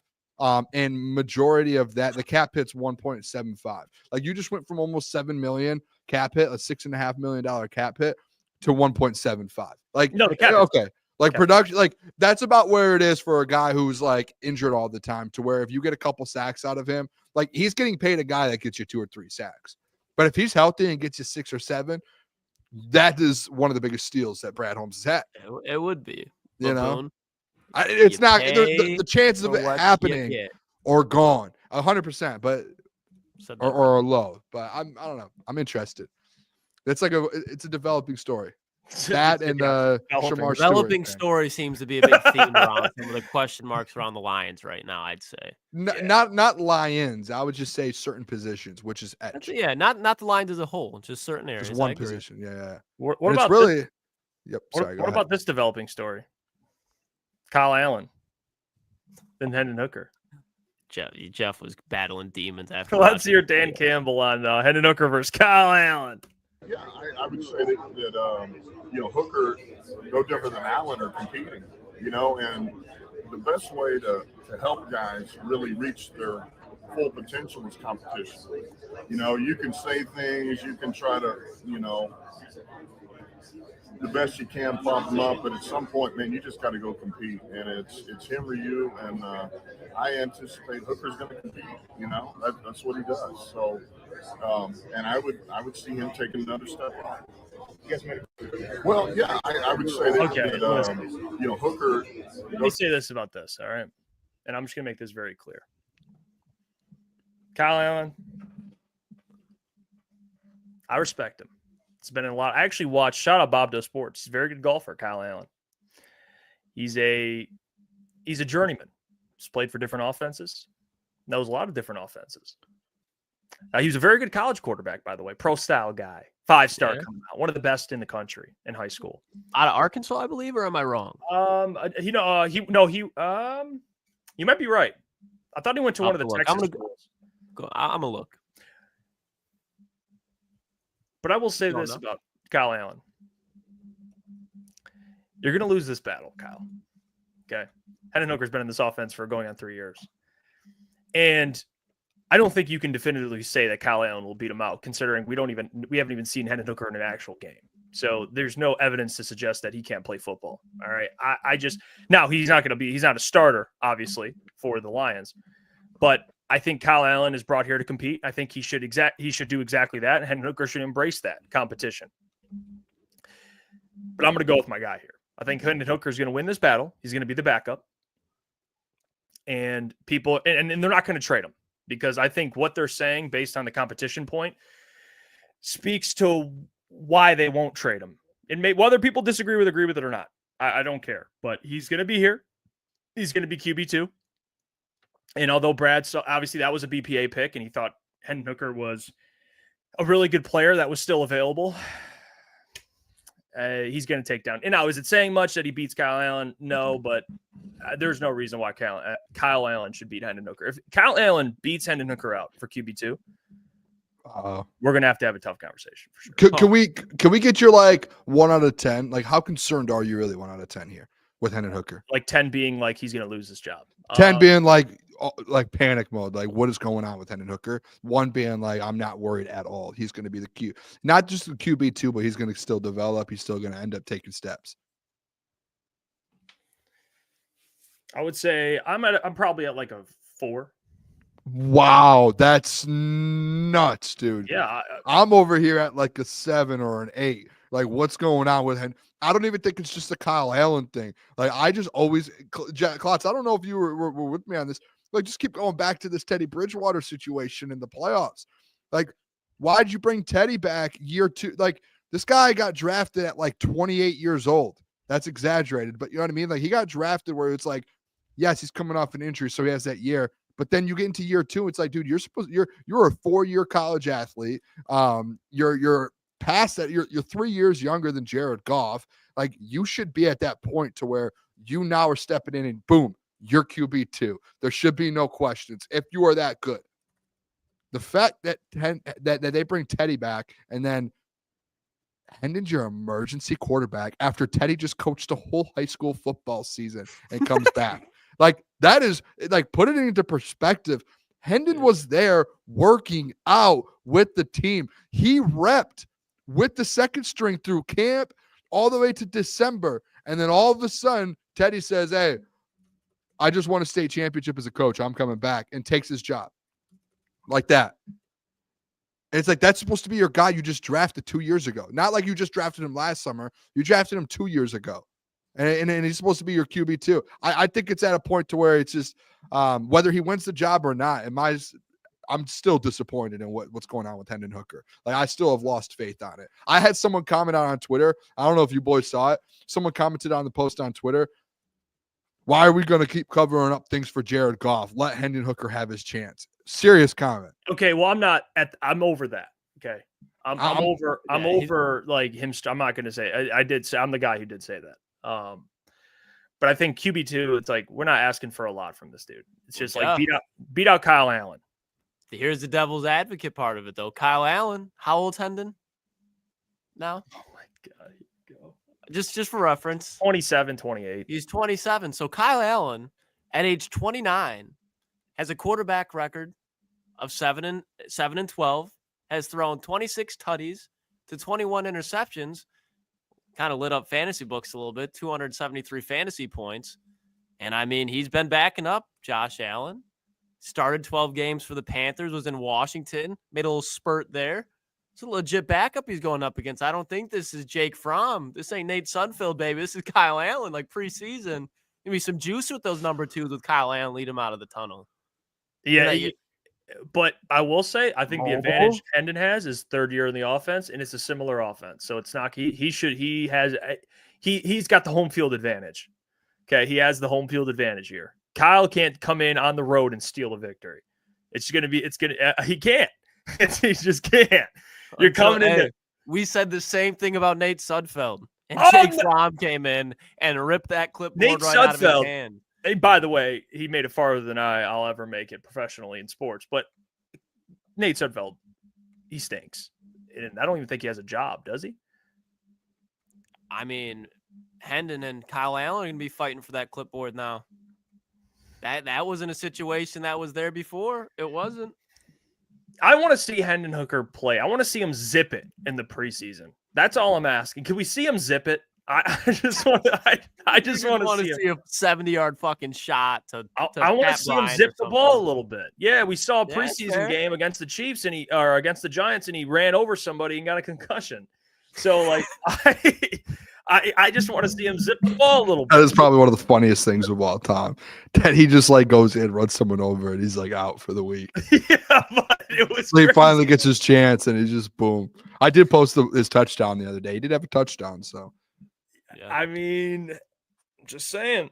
Now, looking back in hindsight, was he worth the 68th overall pick? Like, no, you're not taking. Like the Lions they're not taking a quarterback in 68. He was 68 overall. Yeah. Your second pick this year is 60. Imagine this year if they took Hendon Hooker, and you're like, oh, like it's the value. It's like there. It's like, no, you're our second pick. We want an edge rusher, or we want a defensive lineman, or an offensive lineman, like someone who can actually help. Like, at 68 overall, you took a 28-year-old backup quarterback off an ACL. But this is where I'm at with it, though. Like Austin, Jeez, because again, Hooker has little or no real game experience. So how are we supposed to know what kind of QB we even have? Austin, not saying he's going to be like he's like the next like great thing. Like, you have to move on from that mindset because again, if he could have had game experience, he could have, but guess what? Teddy Bridgewater got it because he couldn't play good enough in practice. Like, you don't no. That was refuted. What you're saying was literally refuted by reporters. That is not how this game works. You just don't get handed playoff drives. You just don't get handed drives. You have to earn it, and you have to be good enough to get those drives. Klotz, am I wrong? You played ball. You don't just get handed over. You have to work for it. I made my stance clear. You trade him this year for an extra second. I'm with you, Klotz. I'm with you. Boone, this is, you keep bringing up, and I let you get away with it, but now I got to just call it out. You keep bringing up the Teddy Bridgewater thing. It was reported by Justin Rock, like everyone locally, that it wasn't because he's ass. It's because Teddy has playoff experience. So why do we keep bringing if you're up good Teddy? enough, if you're good So enough, you're refuting reporting from the people Jeff, locally. You're saying that I'm that reporting interested. is false. If you're good enough, if you are that good, who cares the experience? You're getting played. No, it matters. They think they're on a Super Bowl That's an excuse. Run. That's an they excuse. think they're on a man. Super Bowl run, so they brought in a guy who's played in a crap ton of games. I think it's an excuse that he's just not ready. So you're refuting the reporting. You're refuting. Wasn't Teddy? Hey, Klotz, come back here real quick. Wasn't Teddy around the last few games of the regular season? I believe so. Yeah. And because who it's not was like the he got emergency? signed and Who was the emergency quarterback in the regular season? And would down have the been stretch? either like before Teddy. No, when Teddy came in the regular No, season. Teddy came late in the season. He Yeah, came late. that's my point. The last few before games, the right? playoffs. And in those last few games before the playoffs, who was the emergency quarterback? I couldn't tell you, Boone. My guess, if I had to guess, it would be Hendon Hooker, and Teddy was the backup the last few games. I do understand your point, and Malik said it, and shout out Malik. He said the value of experience over development. Yeah, I get that's that, the thing. but he's in year 2, and he is like at that age to where it's like you drafted him where you did because he played 4 years in college, and he was supposed to be developed when that injury came back and was good. It wasn't supposed to take like he wasn't one of these young guys like Shador or anything where it's like, hey, he's a little bit younger. You could take him, develop him for a year or two, and then get him. No, like he's already on year 2. He's coming off the injury. Like just everything about it doesn't add up to me. It's like they're just being like, oh, Teddy had the experience. Like, no, like there's a reason Teddy Bridgewater, they didn't bring anyone else in outside of Teddy Bridgewater. They thought Hendon Hooker was going to be that backup quarterback for you. What if Teddy Bridgewater, Jeff, ended up winning the state championship and said, I don't want to come back to the NFL?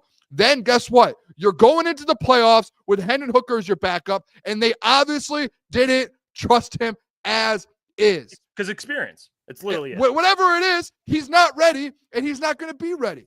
You're past that point. Okay. He was the backup all season. They had to go get someone. I think you're making. They had to go get someone. Yeah, we agree. All right, whether we agree or not, I don't think it's just experience. Experience was the biggest factor. And I don't think he's developed. It's not just experience. He's not ready to go. Based on what information? What would you say? He's not ready to play. He's not. I have reported information. Oh man, Jeff, that says experience. This is you just trying to cope. Keep coping, man. It's all right. Cope until there's a report. No, Boone, I'm going. Cope until there's a report. I haven't read a report that said Hendon Hooker looks okay. off. So everything we talk about on this show, there has to be the report to it for us. No, it's just opinion. You know what I mean? Like at that point. So your opinion is he's not ready. He's not ready. Like someone in the chat said, whoever it was, connect. He's not ready. Super Bowl. Connect the dots. He's not good at this point. Is basically you got to connect the dots with this one. It's just. I'm with Klotz. Just trade him. Move on. I don't even care. Honestly, I don't even care if he went somewhere and ended up starting. Like, move on. Like, it's the best thing for Hendon to get traded anyways. Like, I agree. Hendon's never going to see the field. And the value for him would be better now, the fact that he is younger. And it does, like, if he gets beat out again by Kyle Allen, like, people probably are not going to want to trade for him. Like, if I'm the Raiders, you're not asking for the sixth overall pick. You're not asking for the 38th overall pick. Hell, you don't even have to ask for the 3rd round pick. But if you can trade your backup quarterback to get a 4th round pick when he's never going to see the field, and if he does, it's because of injury, and if Jared Goff goes down, well, write the season off. There's no value in Hendon Hooker on the Detroit Lions. He can have value around the NFL. Like, I agree with you, Jeff. The talent is there, but there has to hold some weight where it's like, then why not, guys? But they're talking about keeping him. Why not trade him then? He's not good. Because I think they maybe there's no value to trade him. You could trade him for a 7th. Get rid of him. I'm just saying. So I mean, I still think again, like Dan today, like he's gonna compete. Like I still think there's a world where if you want him to compete and he takes that next step, but to me, it's like there is a time limit on it. Like, you just can't sit there. You draft him 68th overall. There's a time limit on it to where I'm not just going to sit. Like, if he wants to be the Lions, if he ends up getting to a point to where he's just Lions full-time, like we've had guys like Nate Sudfeld as our backup. Can he be as good as Nate Sudfeld? Yes. He almost won a Heisman in college. Like, we know he has the talent.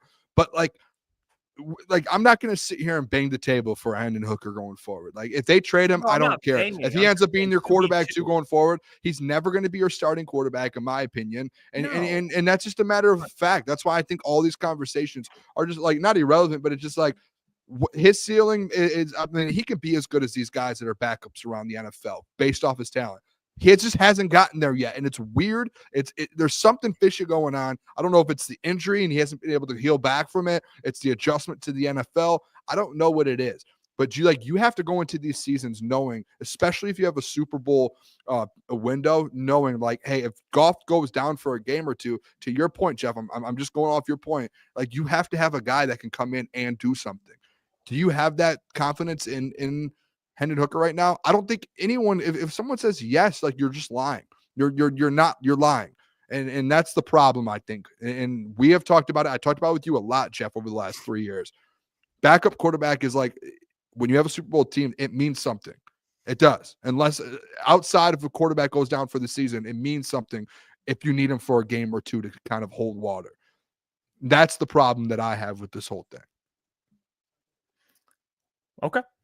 Was that far off? No, Like, no. I feel like respect your opinion. No, I respect it. I'm not saying you're crazy. I get it. I have faith that he'll be QB2 this season, and this all will blow just like last year. I mean, I remember we talked about this last year. It's like, QB2, and then he was announced QB2 when the season started. So like, they bring Teddy in. It just late in the season. But are they going to have to do that again this year? Like, that's I don't the think thing. so. But No, you said I the don't same think so. thing last year. They Like, got it's the Kyle same Allen, thing. baby. Because again, But last year it went was like by. they're not going to have to do it. We don't need Teddy. And then like you were confident they didn't need Teddy. But then guess what happened down the stretch? They needed Teddy. For what? Like, I know, but like they went and mean, got him because they didn't. He wasn't. It doesn't matter how long they needed him for. They still needed him. Yeah, they needed a quarterback that has played playoff games. And it's like, is that going to be deja vu this year? Are we going to get halfway through the year and then it ends up being, oh, we have to go sign a vet because Hendon isn't at that level yet? Like, that's the concern. And you can't have, like, there's more things to worry about on this team than developing Hendon Hooker. I love Hendon too. I thought he was great in college. He was really fun to watch. You see how he does that? No, you can't fit it. No. You can't. That'd be like me. It was saying, fun to like, watch you know in what? college. Shemar Stewart, great Yeah, guy. loved him in college. You didn't enjoy watching him in college. I watched him a lot in college. And the guy just forgot how to play football, is what you're saying. Apparently, because he can't be a backup in the NFL What are we 3 years doing in. here? Both could be true. He forgot, like they did the Men in Black, like the zoop. Dude, Jeff. He doesn't know what's going on. Dude, Jamarcus Russell was the #1 overall pick and was great in college. He came in and forgot how to play football. You're acting like what I'm saying. Jamarcus Russell was different. Both, he but didn't have both any can- work ethic. He didn't. I He didn't know, watch any film. but like Jeff, what I'm saying is, Marcus Russell. but what I'm saying He is was a both terrible, things can terrible be pick. true. Is he could be he was very good in college and he ends up just being a normal backup and up and down QB2, QB3 in the NFL. It happens all the time. Johnny Manziel. How did he work out? He was great in college. I'm giving examples. Like you're like saying that you can't say he was good in college and then talk about him bad now. Like, yes, I can. Both can be true.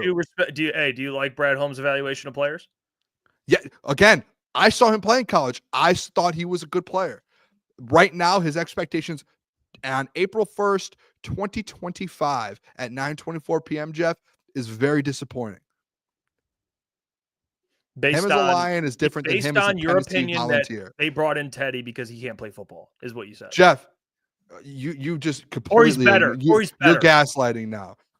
You're not hearing what I'm Or they saying. brought in Teddy because you think they think he's the better quarterback at that point. That's what your point. Yeah, I think that they just didn't have faith that Hendon, if he needed to step up, he could. That's a problem to me, in my opinion. And you think it was a skill issue? I think it was an experience issue. No, I don't think it fully skill. I just don't think he got to the level that he needed to be able to do that, developmental wise, in the NFL. Like, and my reading point is, I defenses think it has to do more with the guy's never played in a game. So like that's why they're like, That's well, I'm fair. not gonna, I don't think he'll play, but I still loved watching him in college. So now,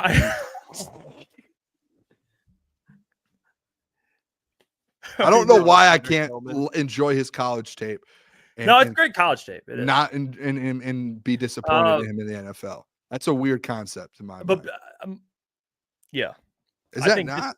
I just think disappointed based on what? Like he has never played in a game. Like what do we? Based on that, he was your QB3 at halfway through last year.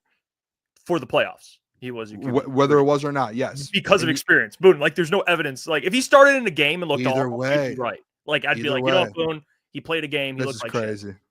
We've never seen him play in a game ever. Preseason, that's it, and he got concussioned. So I don't know. But we'll move on. We can disagree with that. Well, let's get to Klotzy. Klotzy's got a prospect, all right, and then we got trivia. Klotzy, I'm excited. You hinted at this prospect yesterday, and I think the people should be fired up about it. And that prospect. Tell me about Sean Dolak. Sean Dolak. Okay, let me tell you. He's 6'1", 225 pounds, and he's coming out of the University of Buffalo. So he's not the biggest prospect, okay? He's not Jahad Campbell. He's not Jay Higgins, okay? He's not one of these big guys that's playing in Power 5. But this man is a fucking monster. He's had 6 sacks and 5 interceptions in 13 games. Oh, yeah.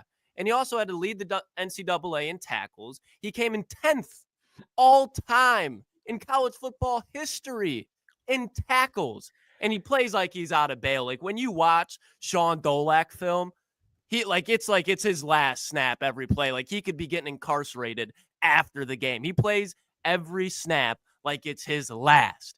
Sneaky athletic too. If you want to go into the Slack channel, Jeff, pull up that RAS score. Pull up that RAS score for me, okay? Again, you're going to look at the red, and it's going to be because of the intangibles. He's a little bit small than the other linebackers. But everything else, my he cleans through. He cleans through. He was not invited to the Cowboys, but I want you to listen to this, fellas, okay? Consensus. No one said that he wasn't. He was a consensus All-American. Led college football in tackles, was first-team All-MAC, was Defensive Player of the Year in the MAC. Like I said, 10th all-time college football history in tackles, wasn't invited to the Combine.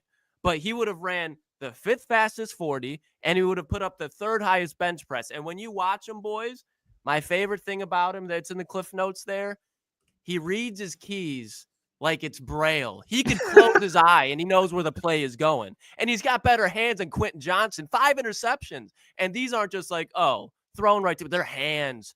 I couldn't play it because they would have been copyrighted.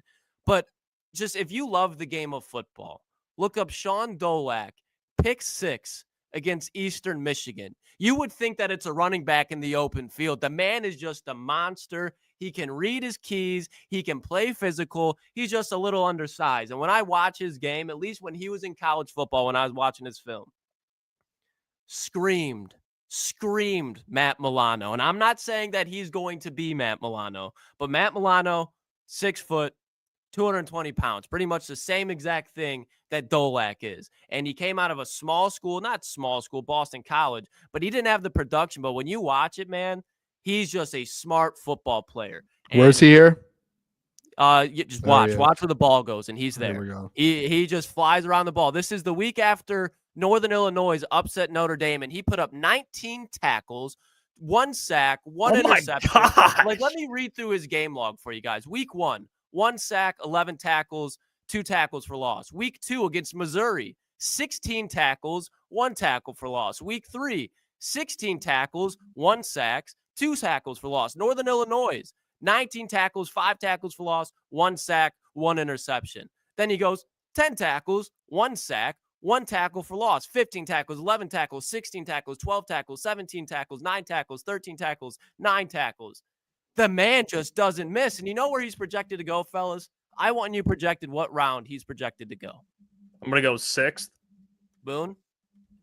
Undrafted. Ding, ding. He's not like he's a 7th round guy. But when the Lions were at his pro day, Kelvin Shepard, Brad Holmes, they caught the eye of him. Like they saw the Sean Dolak film and said, Brad remembers. I remember drafting Malcolm Rodriguez in the 6th round out of Oklahoma State. Smaller, but just was a tackling machine, fundamentally sound. We talk about Alex Anzalone moving on. I'm not saying he's going to replace Alex Anzalone, but Jack Campbell's going to have to move up. You're either going to draft somebody to replace Alex Anzalone or sign him. And Malcolm Rodriguez, is he somebody that you know for a fact will come back? When I look at Sean Dolak, this is a guy you're going to get late in the draft, and it's going to be glaring BPA. The only thing you don't like about it is he played in the MAC. But who did I rave up as a linebacker this offseason, boys. Signed with New England. Robert Spillane. Guess where he went to school?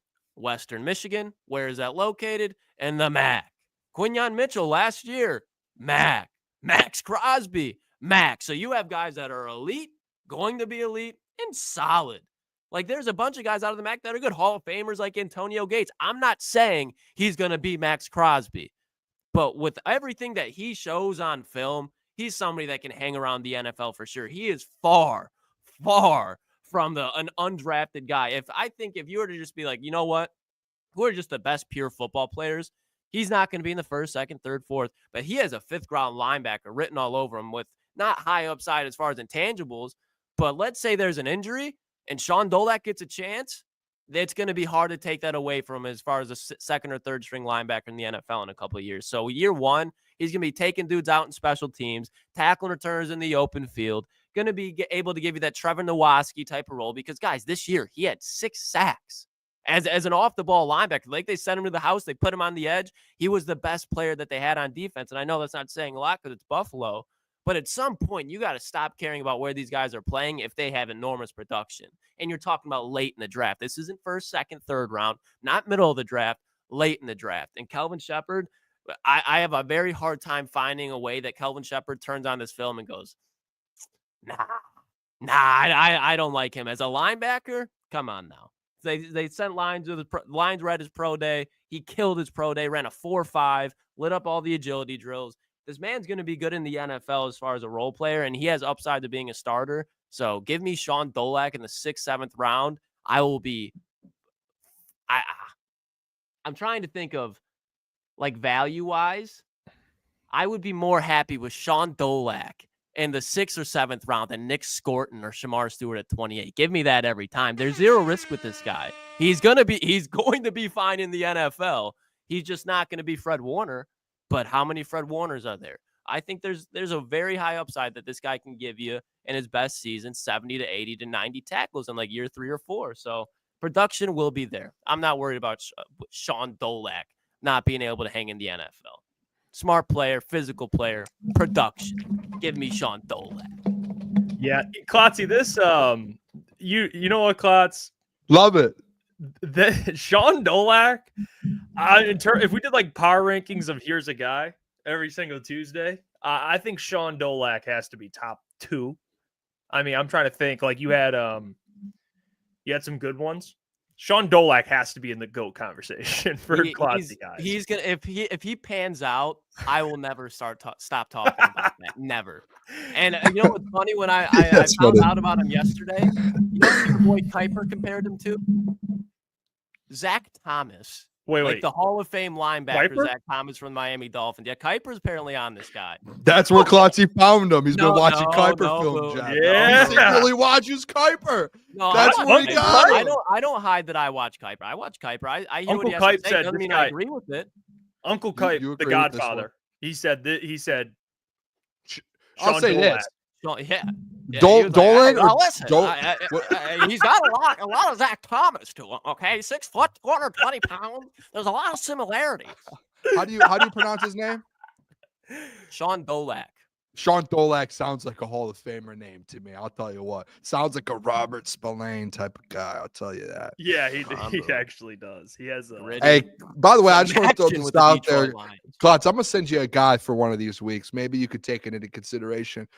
There's a kid, linebacker, who has a very comparable RAS score to Sean Dolak. Okay. 2-time All-American. I actually talked with him a little bit a couple weeks ago out of Saginaw Valley State University. Wait, who? Oh, I'm telling you, boys. Micah Krestinger, 2-time All-American. Micah Kressinger? 2-time All-American. The man. Go ahead, Klotzy. Just go off camera, dude. That was funny. Dude's about to get naked for Micah Kressinger, bro. Yeah, no, he has a RAS score of 8.34. I'll give him to Klotzy. Maybe he can make him one of his guys one week. But he's a dog. Micah I was messaging with Kressinger. him. He had reached out his like numbers and stuff, and I said, hey, I know who you are. Don't worry. I follow Saginaw Valley. I know who you are. 2-time All-American. Man puts numbers up too. I like puts that. numbers Shout out up. Micah Cressinger, man. I'll do more research into him. I'll try and go find some film. I haven't really. I gotta go see a way that we can get some like good film to play on the show for him. And I told him, I say, don't worry, I'll push your name out there. We got Trevor Nowaski in the league. We're gonna get Micah in the league too. Oh well, it is that time. So let's. We didn't get Trevor in the league, but the Saginaw Valley has Trevor in the league. Shout out Trevor. It's Tuesday, so that means we have Trivia Tuesday. I got my paper and my pen.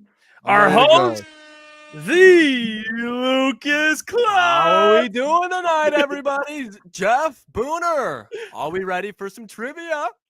You got to get the music going. It's not the same without it. Jeff, Booner, tonight, April Fool's trivia. We have March Madness trivia. Question. Can I just make a quick statement when you said April Fool's there? April Fool's is the worst holiday of all time. It should be canceled. I think it's the worst day of all time in the history of human society. All right, that's it. Yeah, and by the way, did you get a new track or are we just using this? Just kidding. Oh, I did find a new track. That so we was, should stop this one up, boys. What is it? All right. Is this? I feel like you're playing Tron. Is this? All right, This is- well, we're gonna move on with the trivia, fellas. March that the- Madness trivia. that's the Jeff, trivia? Booner, are you ready for trivia? All I say we just take the hit and play the wheel of deal because Yeah. you know what? We'll take the we hit should on just this take one. the hit today and lose the money for this one. All right, let's just do it. Let's do it, man. All right. Quality of show. All right. March Madness. This isn't going to be strictly March Madness, okay? We're making this. There's going to be some March Madness in there, but it's going to be more testing your college basketball IQ. Oh, That might mean talking about where some NBA players went to college, what they did with what college they went to, and what state some players were recruited out of. So, question number 1, fellas. Hey, Jeff, take the chat off, too. oh, Yeah, take yep, the chat off, Jeff. I I know you had some, what do you want to call it? Some format you wanted for the screen here. But question number 1. How many questions? 12? 10. And then there's a tiebreaker at the end. That'll be like a top 5, like we did with the receiving yards. So, former Kansas point guard, Mario Chalmers, legend for the Miami Heat, hit one of the most famous, iconic game-tying shots in the Final Four versus Derrick Rose and Memphis. But where was Mario Chalmers recruited out of before he went to Kansas? A, Idaho. B, Alaska. C, Montana. Or D, South Dakota. Where did Mario Chalmers? Got it. I'm going with my gut here. Got it. Ready? I got it. Fellas, in 3, 2, 1. B, Alaska. He is an Alaska guy. Jeff, what does yours South say, my Dakota. lord? D, South Dakota. Mario Chalmers The is from answer is- Alaska. B, Alaska. Alaska is Yep. true. Heralding out of Anchorage, Alaska, Mario Chalmers, the only NBA Fucking player Alaska, ever dude. out of Alaska. Moving on to question 2 now, fellas. Booner's up 1-0. Yeah, this might be a 10-0 victory. Question number, no, Booner's going to miss some. I'd be shocked if Booner won 10. I've heard Mario's from Alaska. I remember think seeing this so. in like 2K, like he was out of Alaska. Anyways, number 2, fellas. The UConn Huskies recently went back-to-back in March Madness, back-to-back national championships. But before UConn, which college basketball program did it? There's been multiple to do it, but who was the most recent before UConn? A, Duke. B, Florida. C, North Carolina. Or Locked D, in. Gonzaga. Got it. Think about this I got answer. Meditate on it a little bit. Hefe, you're down 1. Don't go down 2-0 here, Jeff. I hope you have it right. It's And more 3, than probable, right? 2, I'm being honest. and 1. B, Florida. C, North And Carolina. Booner goes up 2-0. Oh, no. Jeff, you got to show Yeah. some life here. This is E, tough. Florida I is the knew this was correct gonna be answer. Question number 3. I think this might be a gimme one, Jeff. You might be able to get on the board here. Kenneth. Oh, no, this is not. Kenneth the Manimal Manimal. Fareed. That was his nickname. One of my favorite players watching growing up. was the star player on this team that would go on to be an upset in college basketball powerhouse in the first round of March Madness. So he was able to lead a big upset. Got it. Yeah, no, boys, Cardinals. this is gonna. I'm gonna be honest. This is Boone's game. I don't know. I'm between two no, here. No. You coach I'm college basketball. This is a clean sweep. No, I'm between two here. I actually don't know where Kenneth Faried went, but I think I remember seeing This- highlights of him in this is college. There was a certain color that I think I remember him playing in. I'm self-aware enough to know the first 3 questions I've guessed on every single one of them. This is probably not going to go my way today. And you fellas cannot open the chat, but the chat has no clue either. So if that, I've got it. Let's. all Jeff, right, in take a 3, guess. 2, and 1. D, Morehead State. Oh yeah, it's D. Morehead It's State. D. Morehead State is Good- the correct good answer. guess, Jeff, you get on the board there. Again, that Jeff was is on not the D. board. Yeah, that was just swinging for the I fence. remember him playing in like the blue and gold. Yep. They that was beat what made me- Louisville and Rick Pitino. Yeah, All that right. was what made me think of it. All right. Moving on. Question number 4. Which college basketball program has produced the most first-round picks Oh, in the this NBA is a draft? tough one. A, UCLA, B, Duke, C, Kansas, or D, Kentucky? This is a good one. Most Klotz, this- first-round picks. Oh no, I don't know. I got it.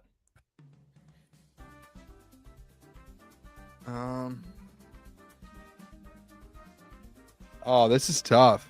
Tough question.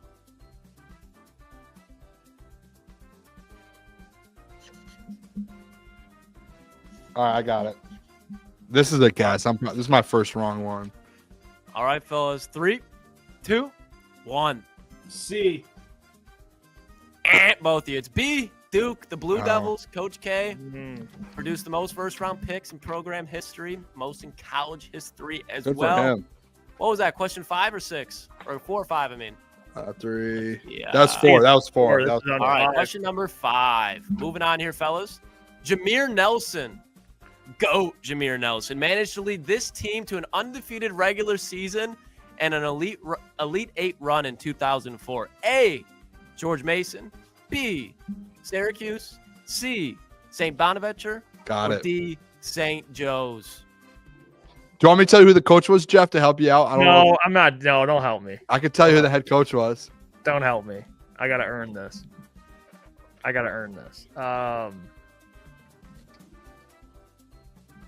Great team. Jameer Yeah. Nelson, I don't think was the only. Yeah, no, Dog they had on their he team. averaged like 20 points, but I was looking at it. They had some All right, NBA I players. got an answer. All right, 3, 2, and 1. St. Joe's with Phil Martelli. What is that, Jeff? A D? D. It was D. Ding, ding, ding. Got it, Jeff. Both of you. That was a Phil All right, Martelli moving masterclass. Question number 6. There's a gimme up here soon. I know. So that. what's the score? What's the score on this? 4-2 right now. 4 to I 2. got- You're I down. got Hey, it you all- still I have got it life, over Jeff. here. There's still life. Question. Oh wait. number- How did I get 2? The 2 I got right, we tied. Yeah, you get but a point no matter it what. doesn't take away. Oh, It's Yeah, just you got got it. a point no matter what. Got it. All right. Question number 6. Steph Curry led Davidson on an unbelievable March Madness run, until they ran into which college basketball team? Which team Oh. finally stopped Steph Curry from his 30 streak? A, Texas, B, Kansas, C, Xavier, or D, Baylor? Probably All right, I the got most wild individual March Madness performance we've seen from a player. I got it. Well, All right. I don't know if I have it, but I have an answer. I have an answer. Oh, this is a guess from me. All right, 3, 2, and 1. B. Answer is B, Kansas. Jeff narrows the Jeff. lead. Jeff Boone's only leading by 1. I thought Jeff, Kansas was too Jayhawks. obvious. I couldn't remember. Yep. I thought Kansas that was just too Jayhawks. All right, obvious. moving on to question number 7 now, fellas. Good job, Jeff. I'm like a You could come back and beat me, dude. There's Question 3 number left. I'm only 7. up 1.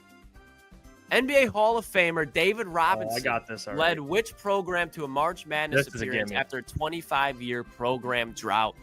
A, Navy. B, UNLV, the Running Rebels. C, Georgetown. Or D, Texas Tech. David Robinson.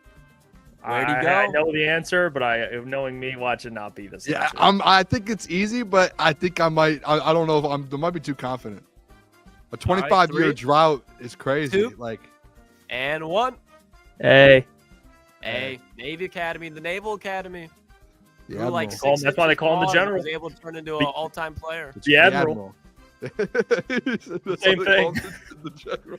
All right, question That number threw 8 me now, off. I was boys. like, oh, what? The Admiral for a That's why they reason. call him the general. Question go on. number 8. Which player has scored the most points in March Madness history? Not average, just most total points. A, Tyler Hansborough out of North Carolina. B, All right. Oscar Robinson. He played for Cincy. Glenn Rice, Michigan man. Or D, Christian Laettner out of Duke. The Blue Devils. Which one, fellas? I got an answer, but there's two I'm tough. I'm in between. All right, good. All right, fellas. In 3, 2, and 1. D. Christian Laettner. Jeff ties it up. Jeff is Wow. tied up with Christian All Laettner. right. Tyler Hansborough is second, Booner. He's This is. second. I may never win trivia if I don't win this one. All right. What are we at? We're at Genuinely. question number 9 now? Yeah. Yeah. This is so Question number disappointing. 9. Let me pull it up here, fellas. Technical difficulties behind set. Question number 9. In 2004, Junkyard Dog Tony Allen led this school to a 31-4 record and a Final Four run. A, Oklahoma State. B, Georgia Tech. C, Iowa. Or D, Florida State. Tony Allen, where did he reside? All right, I have an answer. Okay. I don't know this. I'm taking a guess. These have gotten significantly harder since the first. Great. four. Hey, he was a scoring machine, ironically. I didn't realize he averaged 15 points a game over the course of his career. But all right, 3, 2, and 1. B. B, Georgia Tech. Both of you are wrong. He went to Oklahoma State, who lost in the Final Four to Georgia Tech. So it's a tie game. Moving to the final question. This is Big Jeff. Oh, Hey, very no. similar situation. I'm just happy to be. This might be an upset, Boone. I'm just happy. Yeah, to this be is here. this is the Oh, Kenneth no. Reed Morehead State. This To is be what they're honest, doing. I didn't know the last like 5 at all, and Jeff just guessed randomly. and Yeah, got something the only that one I killed felt me. confident in was the well, obviously the David Robinson one, but the Laettner one I had a good feeling about. That's the only one. It was either Laettner or Hansborough, and I just thought I don't know why I didn't think Laettner. I should have gone Laettner. But most of these, I'm guessing for sure. All right, final question, boys. Can Jeff pull the upset out? Which school did current NBA center Steven Adams take to a March Madness as a true Steven freshman? Adams? Steven Adams. I didn't think he went to a college. I didn't. A, got it. DePaul. B, Providence. C, Pittsburgh. Or D, Kennesaw State University. Steven Adams. Which college did he go to? I got it. I think. The Aussie. Oi, oi, oi. I genuinely have zero idea. This Boone. True freshman. If you guess this, you've guessed like 4 of them. I respect it if you do. I One-year don't. wonder at this school. First round in the draft after. I got it though. I'm ready to go.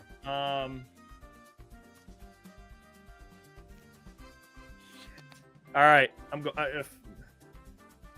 Okay, I got it. Hold on. 3. All right. 2. And 1. B. The answer is starts with a P. It's Pittsburgh.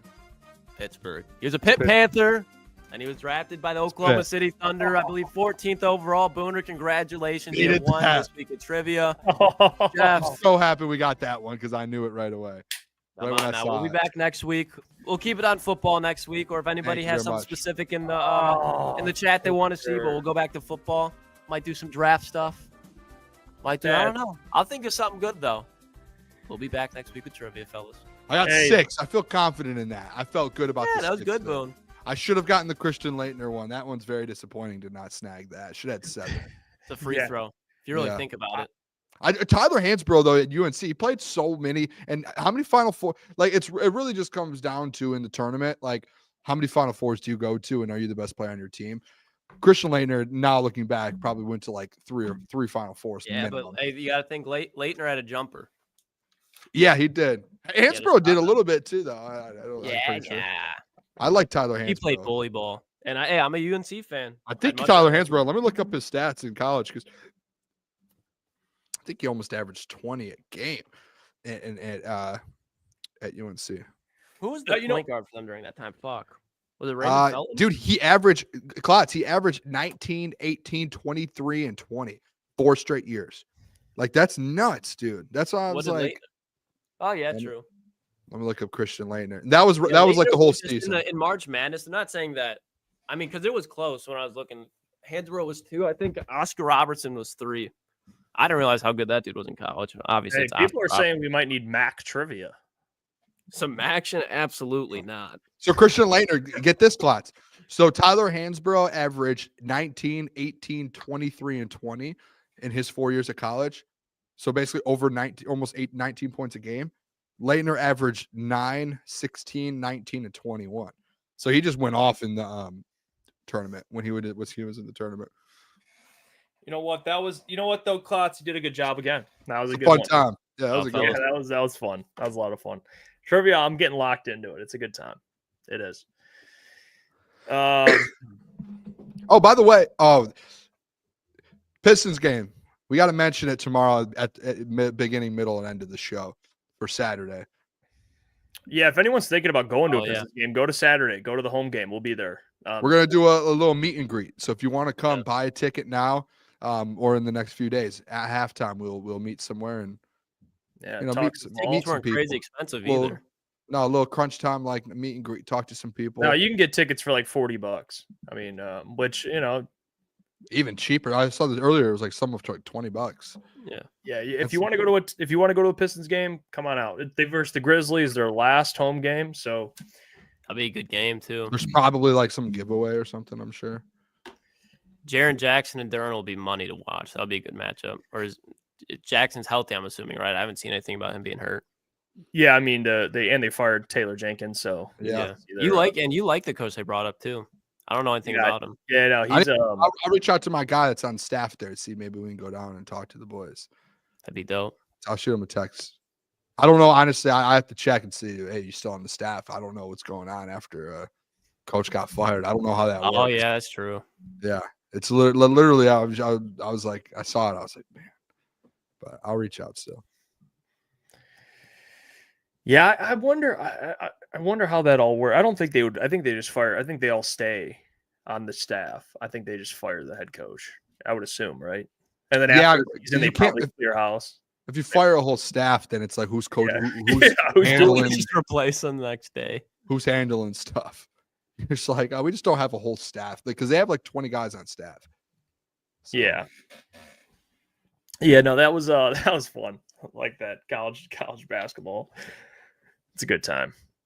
But I did want to bring up too before we get out of here, the Isaiah Stewart, speaking to the Pistons, they did get the suspensions officially. So yeah. Isaiah Stewart will be getting let me check here. I got it all in front of me. So 2-game suspension for Isaiah Stewart. 1-game suspension for pretty much everyone else involved in the altercation. If it will bring up, hold on. Oh, 1 second. Let me get this off. All right. So 2 games for Isaiah Stewart, 1 game for Dante DiVincenzo, 1 game for Ron Holland, Naz Reid 1 game, and Marcus Sasser 1 game. So, and Isaiah Stewart gets 2 because of reputation. That's literally the only reason why. Honestly, do you want me to be honest? What? I think it's fair. Like I think all across the board it's fair. Yeah, that's how the league just operates with that. Because I think Stu's been Yeah, he's got suspended before. Yeah, he's So- been suspended already. Like, I don't know. Like it's because I don't know. Like you say reputation, but I don't even think it's just reputation. I think it's as a multiple offender is the words they used. Which when I say Yeah. reputation, that's what I mean. Like Yeah. it's happened already. So because I've seen people online complaining about it, being like, just because his reputation is he's a bad guy. Like, no, it's because he's been suspended by the league before for the similar thing. Which it's Yeah. like that's what I at that's that what I point meant it's by fair. reputation. Yeah. Yeah. So Yeah. I know there's a lot of people complaining about it. I don't know why like to complain. It's like I don't mind it. I like the way Stu plays, or as Shannon Sharp says, Stu Beef. Beef. Yeah. So I like Javon the way he Holland. plays. That's crazy. I like the way he plays. So like I don't think it's that crazy. Like if he like that's what you get out of him. Like he's gonna get suspended, and then it's gonna kind of add up. So Yeah, I love it. I don't mind. I mean, you don't want this. He's not going to be doing this in the playoffs. I think he's a smart play. He understands that, but 2 games, it stinks, but it happens, man. Guys getting altercations. Isaiah Stewart steps up and defends his teammates. Dante's talking trash. He's talking trash. It's just part of it. Yeah. It happens. Dante wanted no part of what actually happened, though. No, Dante started realizing after. Yeah, he was like, "Oh, went to go hide in the stands. What have I Want to go got get a box myself of to?" popcorn real quick. My favorite is Isaiah Stewart looking at Dante, just going, Yeah. "You're this big to me." Yeah, and Ron Holland's not afraid of that smoke either. I mean, remember Ron Holland squared up with Jordan Clarkson? They just squared up right on the court. He doesn't. Jordan Clarkson's a guy too you really don't want to mess with because he's chippy. Yeah, he's a known in the league. He'll be about it. Let's see. Ryan says, Mailbag, who gets more sacks this year, Marcus Davenport or Shemar Stewart? Oh, I'm in a blender here, boys. That's such a good question. When we were talking about if you draft Shemar Stewart, you're going to have to hope that Marcus Davenport stays healthy. So I would go.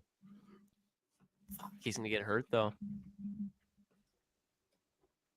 I would go with Shemar Stewart probably. If he plays a full season and Marcus Davenport goes down, give him 3 on the year. And then Davenport gets 2 and then gets hurt, you're saying? Yep. Wow. So you think they get 5 combined? That's what you're going to be getting. Let's remember this. Let's remember this. Yeah, we should do an over-under, Shemar, regardless of where he goes, Shemar Stewart, Marcus Davenport line for the season. My line set at 5. 5.5. Yeah, I mean, how many sacks did Jared Verse get? 4.5. 7? I don't know. I not that many. He didn't really have that much. It was Braden Fisk was getting in there. Yeah. Jared But it wasn't about sacks for Jared Verse. He was just a dominant. 4.5. He was just a beast. What'd you say, Klotz? You were right about the Rams defensive line. Dogs, dude. Going to be the number 1 seed in the NFC this year. All across the board, all the guys they return, the rookies, everyone on that D line is a problem, dude. Cam Kitchen's back there. Yeah, dude, I watched the behind the scenes thing in the Rams when they drafted Cam Kitchens. They loved him. We got 2 I want to get to. Anakin says, Mailbag, which one of you would be the best at Jeopardy? Oh, I don't know. Yeah, honestly, Jeopardy, I think we equally would be. And I love you boys. Yeah, I'm not. I've seen a million Jeopardy episodes. I don't get any of them right. No, there's some sports ones here or there that pop up, and I'm like, oh, boom. Outside of that, I'm not. I wouldn't be good at Jeopardy. I would be elite at Family Feud, though. Family Feud, I'd be good in. I've watched that a million times. I'd be decent. You ever watch Family Feud and they say something and you have an answer and they don't say it? Oh yeah. I think I'd only be good at some history, like war history. I used to love war documentaries and stuff in sports. That's pop culture and stuff. When they do that shit, bro, I'm like, no, I'm completely oblivious to pop culture for the most Jesse part. Adams said Boone doesn't seem like a history guy. Correct, dude. I would get destroyed in any it's really just anything in school, dude. Outside of sport, the sports is the only thing I'm good at. So. Anything legit outside. Oh, math. I'm good at math. So I suck at math. But there's no math in that. Yeah. I sucked at math and science, but I was good at English and history. If you want, I was good at everything but math and PE. Math and PE. Yeah. That's I think if you didn't forget shoes, I think you'd get an A in that in PE. I'm pretty sure, right? Is that no? I took PE 2 and 3, and I took the high level ones. Yeah, I know. After you have to take it once. Everyone has to take it when you get to high school. I took it every single year. I kept signing up. On top of that, I also during my day, I don't know how they allowed it. I took PE and weightlifting, which I think it ended up being 2 hours out of the day. So out of the 6 or 7 hours, I just had 2 of them, basically 2 PE classes. And one of them was just weight room. So we would do we would either run and do a mile or this, or do conditioning training, or we would go in the weight room and lift. And I did that all year. It was just this is easy. I just get a workout in 5 days a week. Yeah, I had weightlifting later in high school. I think the only class I was at, I enjoyed history. English. Oh, Jesse said, Boone, what years did World War I happen? Maybe. All right. I think it was in the 30s or 40s. I think 20s and 30s. Hey, well, Xavier, 40s was was World War II. 40s No. was World War II. Xavier 40s. D said mailbag, which happens first, Red Wings Stanley Cup or Klotz mustache coming in Stash fall? for sure. I'll get a stash in 2 years. Stop acting like the Wings are winning a cup in the next 2 years. Yeah, I Xavier, don't know about I'm, 2 I'm years. throwing money on the stash. Some throwing people money never on get It a won't stash. happen this year. Hey, this is a Shemar Stewart stash, okay? It's not going to be there year 1 at year 23. Year 24, Developmental So what maybe. you- Year 25, Jeff. there might be some progress there. So what he's telling me is he's got a ceiling and he can reach the potential. Yeah, just take some Potentially, yeah. time. You know, you can slow cook it, but he'll get it. Oh, I was wrong. 1914 Yeah, we to both were wrong, 1918. Boone. See, yep. I World mean, War I've had like II, family too in like the wars. Like my grandpa. You know, I've had a lot of people in different wars. I wasn't alive to know the days. You know what I mean? I could tell you like my history in my life is like COVID 2020. I'll know that forever because I lived through it. Isn't that crazy to Graduating year. think that we actually like grew like that was like it's going to be in the history books. Like that's like a massive Shut world down. topic. Yeah. wild time too. Capital rated. I didn't. Riots Yeah, everywhere. I didn't get to walk in graduation for college. I never got to have graduation. I didn't get to for high school. Yeah. All right, Klotz. Well, I graduated high school, college the same year you graduated high school, Klotz. Yeah. Jeez, man, what a world!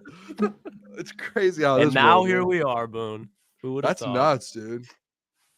Just You're love young, yeah, man. just fighting like just fighting like cats and dogs, man. You guys just What? that's where you guys are now. Where did Unk just come from? you're like the uncle who fell asleep on the recliner, trying to act like he wasn't, pops up, tries to fit in the conversation. Just fighting like cats and dogs, huh, boys? What are you talking about? over All there? right, hey, He tried to land the plane. hey, we'll get out of here. Those were random. Appreciate you all. All right, you be great out there, whatever craft you have. All right, have a good day tomorrow. We'll see you guys tomorrow, 8 o'clock. We'll have the doc on because it's Wednesday, of course. But until then, you all have a great night and go Lions. Love you guys. Peace. See ya. Bro, holy fuck.